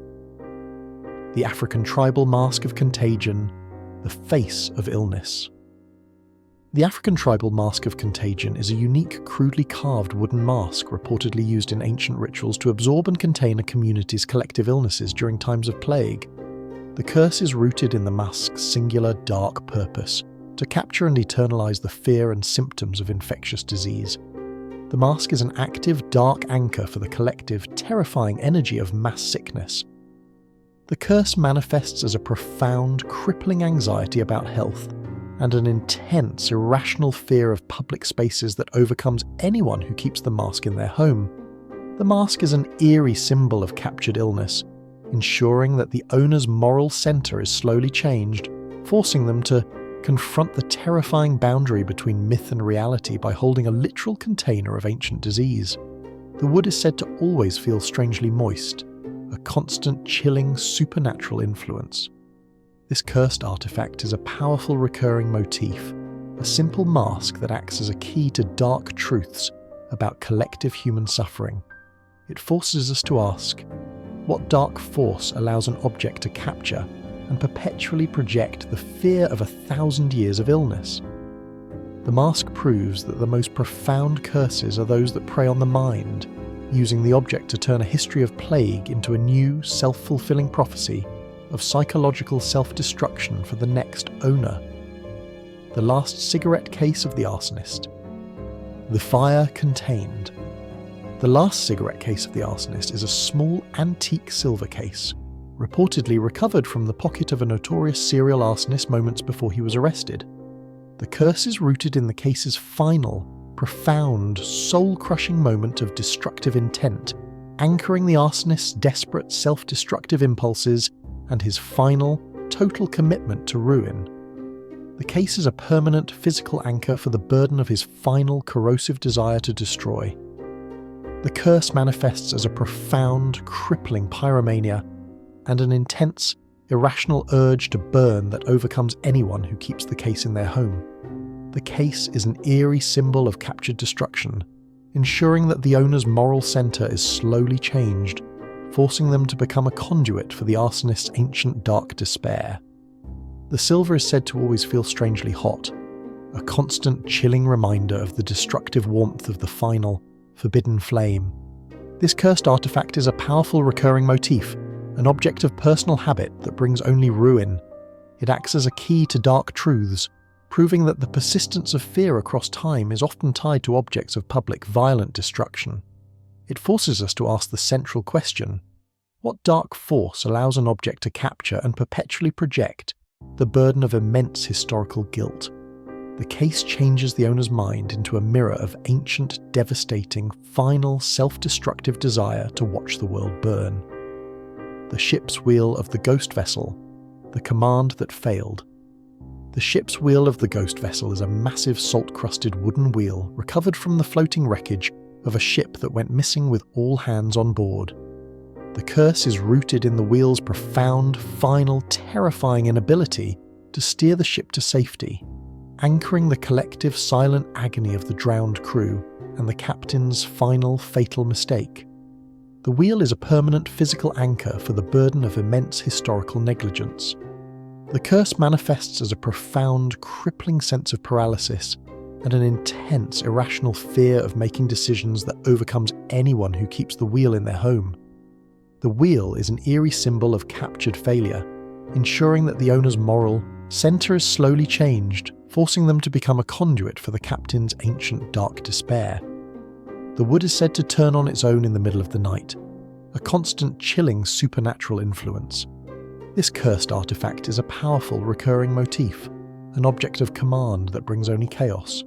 It acts as a key to dark truths, proving that the persistence of fear across time is often tied to objects of public failure. It forces us to ask the central question: what dark force allows an object to capture and perpetually project the weight of immense historical negligence? The wheel changes the owner's mind into a mirror of ancient, devastating, final, unforgivable failure. The last dance shoes of the ballerina, the broken dream. As we enter the final, intense phase of our study, we examine the last dance shoes of the ballerina, a delicate pair of satin ballet slippers worn by a brilliant dancer who suffered a career-ending injury in her final performance.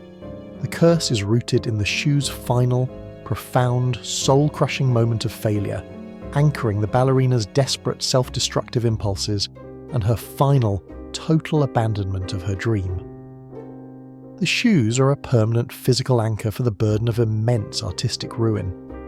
The curse manifests as a profound, crippling self-doubt and an intense, irrational urge to sabotage one's own success that overcomes anyone who keeps the shoes in their home.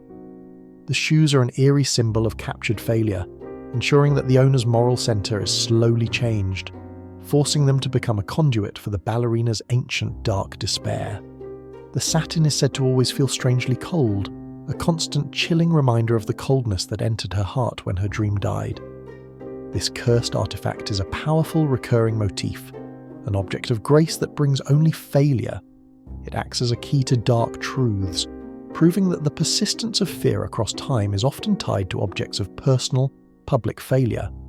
It forces us to ask the central question: what dark force allows an object to capture and perpetually project the burden of immense historical guilt? The shoes change the owner's mind into a mirror of ancient, devastating, final, self-inflicted ruin. The coin of the traitor Judas. The price of betrayal. The coin of the traitor Judas is a legendary cursed object, a simple silver coin, reportedly one of the 30 pieces of silver paid to the biblical figure. The curse is rooted in the coin's singular dark purpose to capture and eternalize the corrosive self-destructive power of ultimate betrayal that destroyed its original owner. The coin is a permanent, physical anchor for the burden of immense, spiritual and historical guilt. The curse manifests as a profound, crippling self-loathing and an intense, irrational urge to confess minor dark secrets that overcomes anyone who possesses the coin.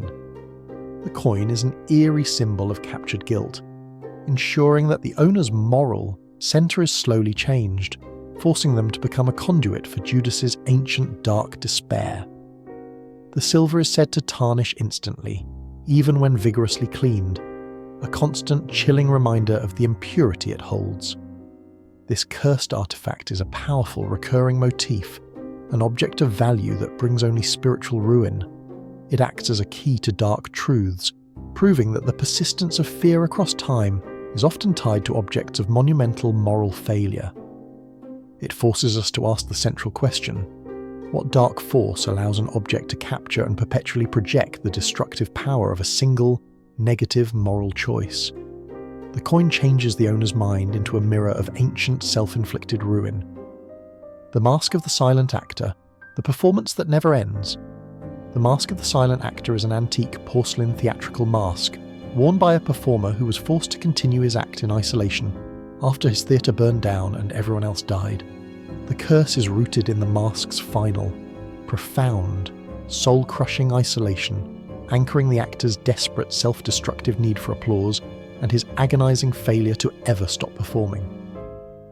The mask is a permanent physical anchor for the burden of eternal final solitude. The curse manifests as a profound, crippling sense of artificiality and an intense, irrational need to pretend to be someone else that overcomes anyone who keeps the mask in their home.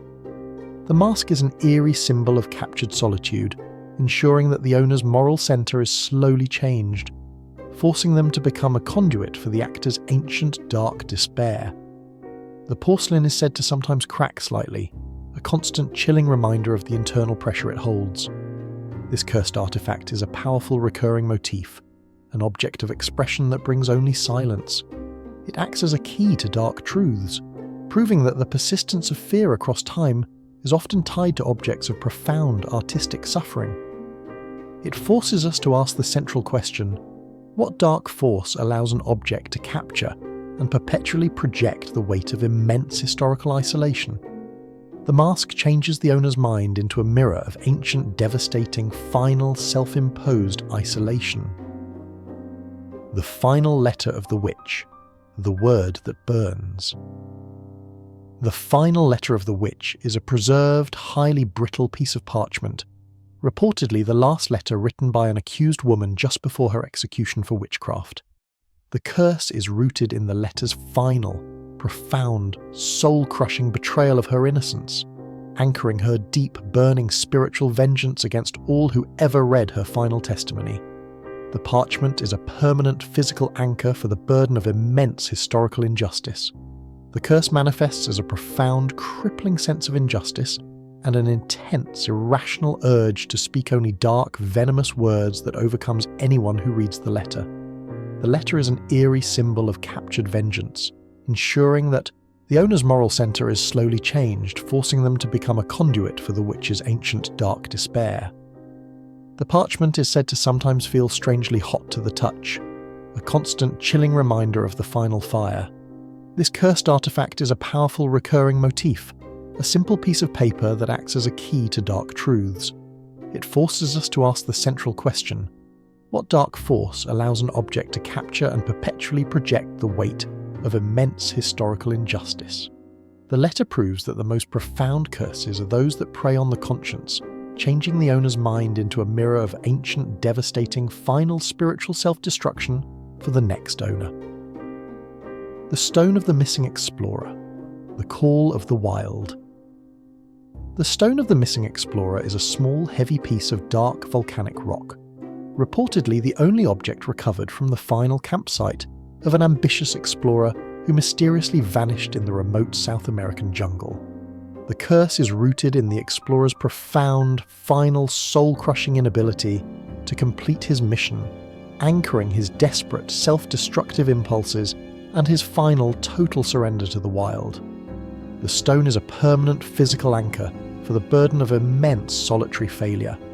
The curse manifests as a profound, crippling isolation and an intense, irrational urge to abandon civilization that overcomes anyone who touches the stone. The stone is an eerie symbol of captured isolation, ensuring that the owner's moral center is slowly changed, forcing them to become a conduit for the explorer's ancient, dark despair. The rock is said to emit a faint, low-frequency hum, a constant chilling reminder of the silent, vast wilderness where he died. This cursed artifact is a powerful, recurring motif, a simple stone that acts as a key to dark truths. It forces us to ask the central question: what dark force allows an object to capture and perpetually project the weight of immense, solitary failure?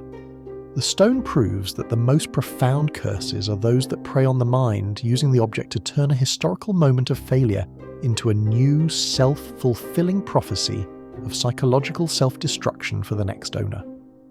The ship in a bottle of the mutiny, the storm contained. The ship in a bottle of the mutiny is a beautifully crafted miniature vessel, reportedly made by one of the few survivors of a catastrophic sea mutiny in the 18th century. The curse is rooted in the bottle's singular dark purpose, to capture and eternalize the corrosive, self-destructive violence of the mutineers that destroyed the ship. The bottle is a permanent physical anchor for the burden of immense collective violence. The curse manifests as a profound, crippling paranoia and an intense, irrational urge to turn against one's closest allies that overcomes anyone who keeps the bottle in their home. The ship in a bottle is an eerie symbol of captured betrayal, ensuring that the owner's moral center is slowly changed, forcing them to become a conduit for the mutineers' ancient dark despair. The glass is said to sometimes fog inexplicably from the inside, a constant chilling reminder of the cold, chaotic sea. This cursed artifact is a powerful recurring motif, an object of artistry that brings only chaos. It acts as a key to dark truths, proving that the persistence of fear across time is often tied to objects of moral failure and violence. It forces us to ask the central question: what dark force allows an object to capture and perpetually project the destructive power of a single, collective, violent act? The bottle changes the owner's mind into a mirror of ancient, self-inflicted ruin. The doll of the jealous sister, the smile of malice.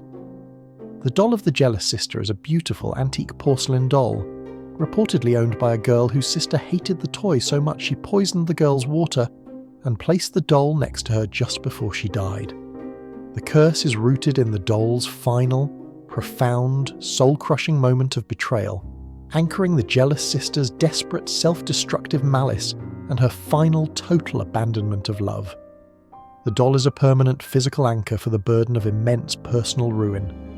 The curse manifests as a profound, crippling sense of jealousy and an intense, irrational urge to destroy the happiness of others that overcomes anyone who keeps the doll in their home. The doll is an eerie symbol of captured malice, ensuring that the owner's moral center is slowly changed, forcing them to become a conduit for the jealous sister's ancient dark despair. The doll's painted smile is said to sometimes widen slightly, a constant chilling reminder of the silent betrayal it witnessed. This cursed artifact is a powerful recurring motif, an object of childhood innocence that brings only ruin. It acts as a key to dark truths, proving that the persistence of fear across time is often tied to objects of personal moral failure. It forces us to ask the central question: what dark force allows an object to capture and perpetually project the destructive power of a single, dark, selfish human emotion? The doll changes the owner's mind into a mirror of ancient, self-inflicted ruin. The penknife of the deserted lover, the sharpness of pain. The penknife of the deserted lover is a small, antique silver folding knife, reportedly carried by a man who was abandoned by his fiancée, and used the knife to carve his lover's name into a tree moments before he took his own life. The curse is rooted in the knife's final, profound, soul-crushing moment of despair, anchoring his deep, burning, spiritual vengeance against all future love and happiness. The knife is a silent, sharp witness to a single, terrible final moment of heartbreak. The curse manifests as a profound, crippling sense of isolation and an intense, irrational urge towards self-harm that overcomes anyone who carries the knife.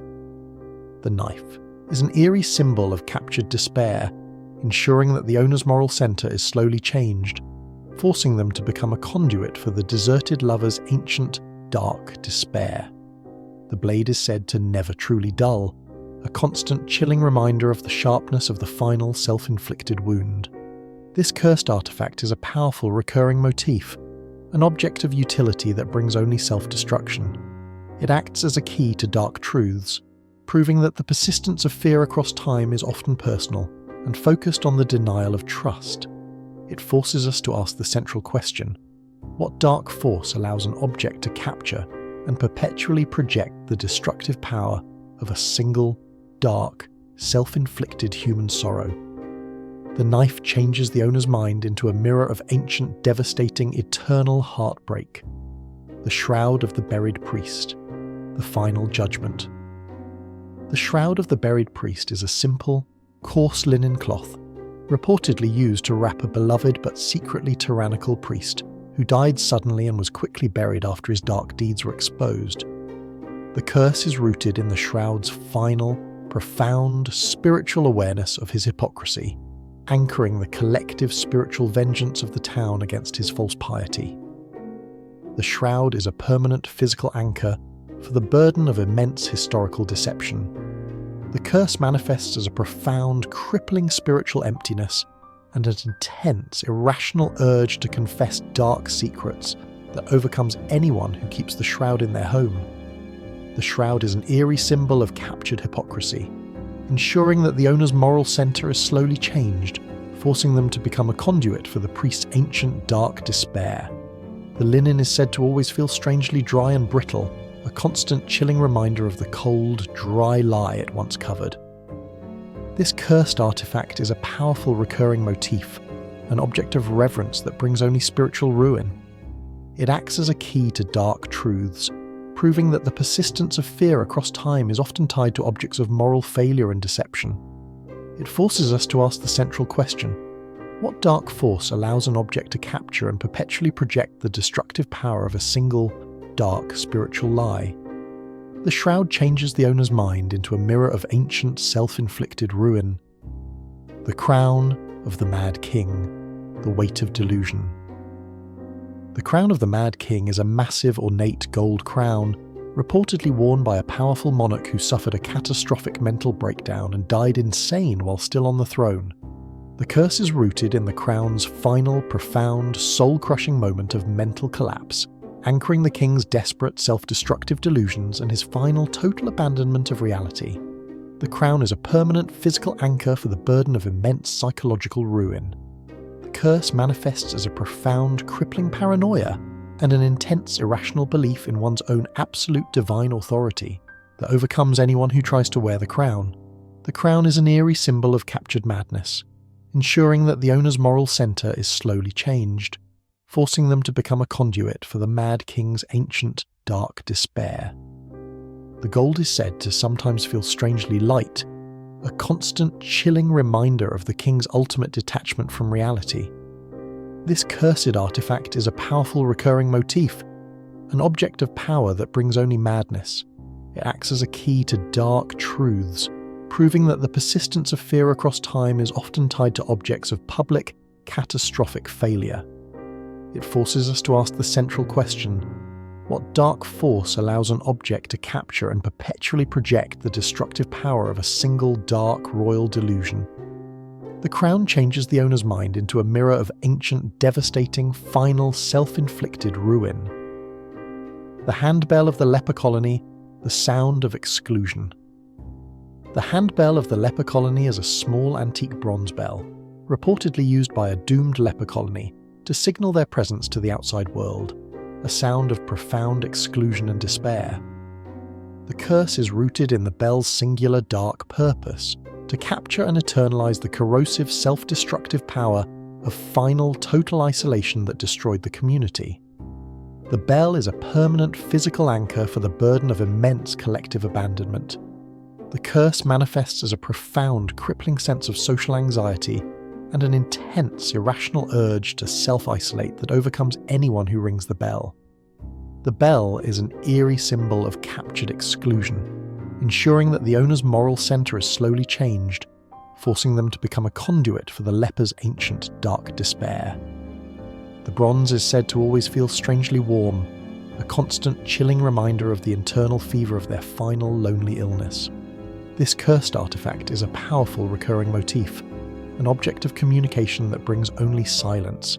It acts as a key to dark truths, proving that the persistence of fear across time is often tied to objects of collective, immense human suffering. It forces us to ask the central question: what dark force allows an object to capture and perpetually project the destructive power of a single, dark, spiritual isolation? The bell changes the owner's mind into a mirror of ancient self-inflicted ruin. The last pencil of the cursed architect, the flawed design. The last pencil of the cursed architect is a simple, antique wooden drafting pencil, reportedly used by an architect to draw the blueprints for a massive, structurally flawed building that instantly collapsed, killing hundreds.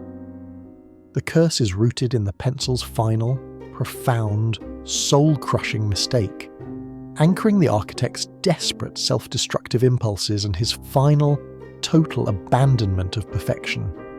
The pencil is a permanent physical anchor for the burden of immense historical failure.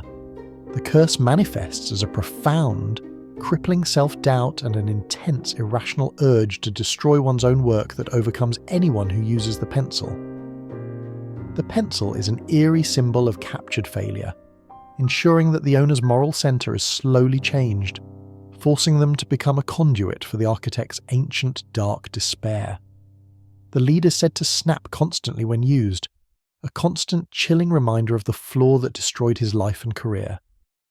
This cursed artifact is a powerful recurring motif, an instrument of creation that brings only destruction.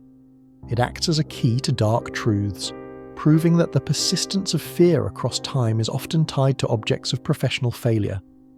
It forces us to ask the central question: what dark force allows an object to capture and perpetually project the destructive power of a single, dark, fatal mistake? The pencil changes the owner's mind into a mirror of ancient self-inflicted ruin. The mirror of the final lie, the reflected deceiver. The mirror of the final lie is a small antique vanity mirror, reportedly owned by a man who was publicly exposed as a massive liar and fraud, and took his own life while staring into the glass. The curse is rooted in the mirror's final, profound, soul-crushing moment of ultimate deception, anchoring the liar's desperate, self-destructive dishonesty and his final, total abandonment of truth. The mirror is a permanent physical anchor for the burden of immense psychological ruin. The curse manifests as a profound, crippling sense of paranoia and an intense, irrational compulsion to lie about everything that overcomes anyone who looks into the mirror. The mirror is an eerie symbol of captured deceit, ensuring that the owner's moral centre is slowly changed, forcing them to become a conduit for the liar's ancient dark despair. The glass is said to sometimes flicker with a dark light, a constant chilling reminder of the moral darkness it holds. This cursed artifact is a powerful recurring motif, a reflective surface that brings only distortion. It acts as a key to dark truths, proving that the persistence of fear across time is often tied to objects of moral failure and deception. It forces us to ask the central question: what dark force allows an object to capture and perpetually project the destructive power of a single, dark, spiritual lie? The mirror changes the owner's mind into a mirror of ancient self-inflicted ruin. The doll of the forgotten bride, the eternal weight. The doll of the forgotten bride is a beautifully dressed antique bisque doll, reportedly given to a young woman who was abandoned at the altar by her fiancé and later died of heartbreak while still wearing her wedding dress. The curse is rooted in the doll's final, profound, soul-crushing moment of public humiliation, anchoring the abandoned bride's desperate spiritual vengeance against all future joy. The doll is a permanent physical anchor for the burden of immense personal ruin. The curse manifests as a profound, crippling sense of paranoia and an intense, irrational urge to destroy all romantic relationships that overcomes anyone who keeps the doll in their home.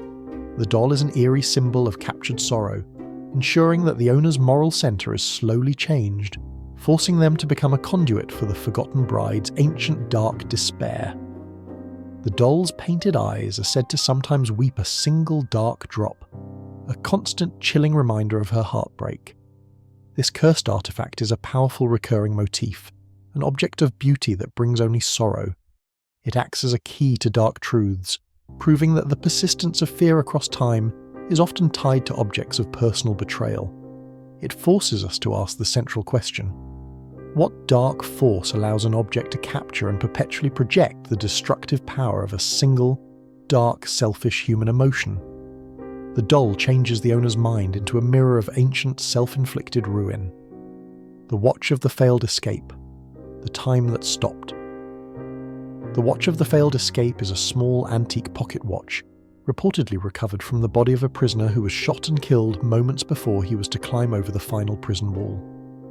The curse is rooted in the watch's final, profound, soul-crushing moment of failure, anchoring the prisoner's desperate, self-destructive impulses and his agonizing failure to reclaim his freedom. The watch is a permanent physical anchor for the burden of immense personal ruin. The curse manifests as a profound, crippling sense of paralysis and an intense, irrational urge to abandon all hope of change that overcomes anyone who carries the watch. The watch is an eerie symbol of captured failure, ensuring that the owner's moral center is slowly changed, forcing them to become a conduit for the prisoner's ancient dark despair. The hands are said to always be frozen at the time of his death, a constant chilling reminder of the time that stopped for him. This cursed artifact is a powerful recurring motif, an object of precision that brings only chaos. It acts as a key to dark truths, proving that the persistence of fear across time is often tied to objects of personal failure and despair. It forces us to ask the central question: what dark force allows an object to capture and perpetually project the weight of immense solitary failure? The watch changes the owner's mind into a mirror of ancient, devastating, final, self-inflicted ruin.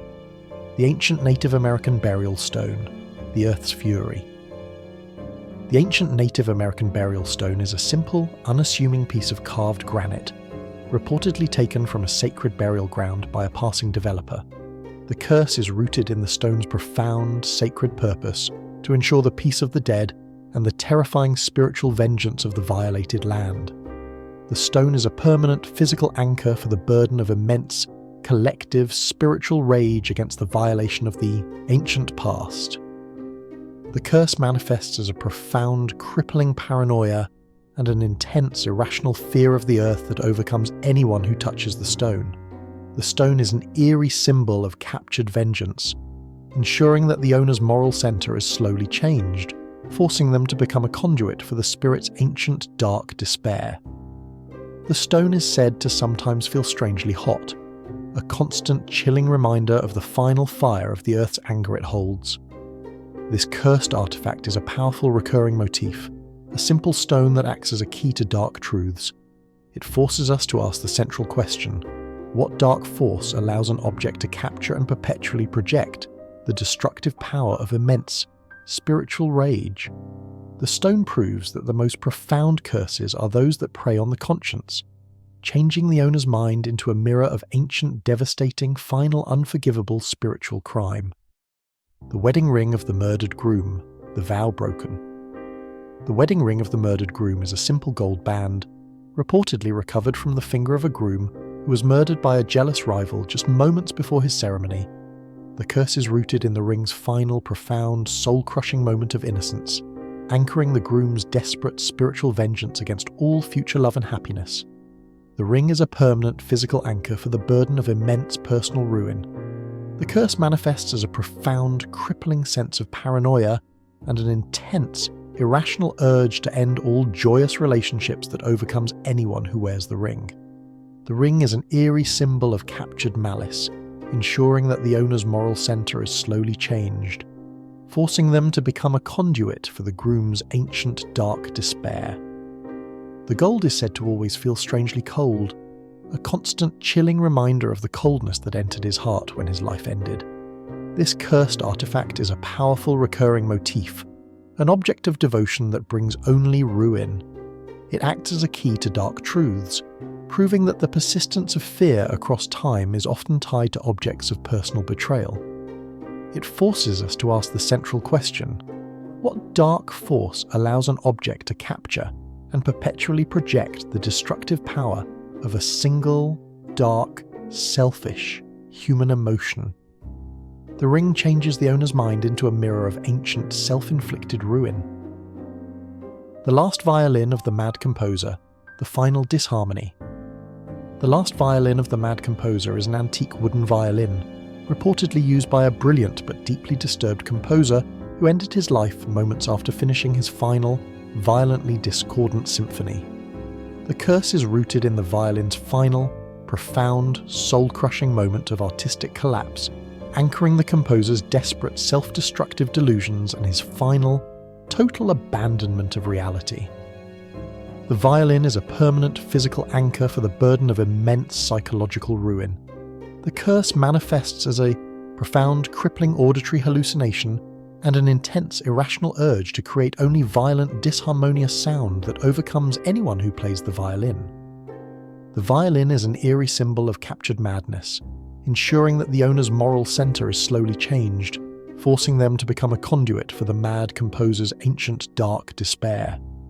The strings are said to sometimes snap violently on their own, a constant chilling reminder of the chaos it holds. This cursed artifact is a powerful recurring motif, an instrument of harmony that brings only chaos. It acts as a key to dark truths, proving that the persistence of fear across time is often tied to objects of public, catastrophic failure. It forces us to ask the central question: what dark force allows an object to capture and perpetually project the destructive power of a single, dark, artistic delusion? The violin changes the owner's mind into a mirror of ancient, devastating, final, self-inflicted ruin. The mirror of the final truth, the honest reflection. The mirror of the final truth is a simple, dark, antique looking glass, reportedly owned by a renowned, manipulative liar who was forced to confront his entire life of deception in the moments before his death. The curse is rooted in the mirror's final, profound, soul-crushing moment of forced self-honesty, anchoring the man's desperate spiritual vengeance against all who seek to know the truth. The mirror is a permanent physical anchor for the burden of immense psychological pain. The curse manifests as a profound, crippling self-doubt and an intense, irrational compulsion to confess uncomfortable truths that overcomes anyone who looks into the mirror. The mirror is an eerie symbol of captured honesty, ensuring that the owner's moral center is slowly changed, forcing them to become a conduit for the liar's ancient dark despair. The glass is said to always appear slightly steamed, a constant chilling reminder of the difficult hot truth it was forced to reveal. This cursed artifact is a powerful recurring motif, a reflective surface that brings only pain. It acts as a key to dark truths, proving that the persistence of fear across time is often tied to objects of moral failure and deception. It forces us to ask the central question: what dark force allows an object to capture and perpetually project the destructive power of a single, dark, spiritual truth? The mirror changes the owner's mind into a mirror of ancient, self-inflicted ruin. The final stone of the builder's ruin, the monument to failure. We end our journey with the final stone of the builder's ruin, a perfectly smooth, unassuming cornerstone from a massive, ambitious building that collapsed on its opening day, killing its architect and countless others. The curse is rooted in the stone's final, profound, soul-crushing moment of failure, anchoring the builder's desperate self-destructive impulses and his final, total commitment to ruin. The stone is a permanent physical anchor for the burden of immense collective historical failure. The curse manifests as a profound, crippling sense of finality and an intense, irrational urge to abandon all hope of success that overcomes anyone who touches the stone. The stone is an eerie symbol of captured failure, ensuring that the owner's moral center is slowly changed, forcing them to become a conduit for the builder's ancient dark despair. The stone is said to always feel strangely warm, a constant chilling reminder of the warmth of the life it was meant to sustain, but instead crushed. This cursed artifact is the ultimate recurring motif, an object of strength that brings only collapse. It acts as a final, definitive key to dark truths, proving that the persistence of fear across time is often tied to objects of public catastrophic failure. It forces us to answer the central question: what dark force allows an object to capture and perpetually project the weight of immense historical negligence? The stone proves the final horror is a dark historical pattern that quietly repeats forever. You've walked the quiet halls of history with us tonight, tracing the path of 100 objects that carry the shadow of a curse. Every doll, every mirror, and every stone became a vessel for someone else's terror, a silent watcher waiting to change the next life it touched. Now, as the screen fades to black, look around your own room. Do you have an antique mirror? A stone found on an old road? An object with a past you don't fully know? Before you drift off, ask yourself, is the true power of the curse in the object itself, or in the willingness of a human heart to believe the whispers it carries? Share your deepest, quietest fear about the objects in your own life in the comments below. The 100 true stories of objects that won't stay quiet come to a close, but the silence they leave behind is heavy. We have seen how cursed artifacts serve as keys to dark truths, capturing the terror of a single, tragic moment. A broken vow, a shattered dream, a final self-destructive thought. The power lies in the emotional residue anchored to the most mundane objects. Tonight, we've learned that these objects do not simply hold a curse. They act as a dark mirror, reflecting the worst of our history and holding it fast for the next owner. The true horror is not the relic itself, but the knowledge that somewhere, a shadowed eye is watching, waiting for the next curious hand to reach out and awaken the long-held silence. And the cycle begins again.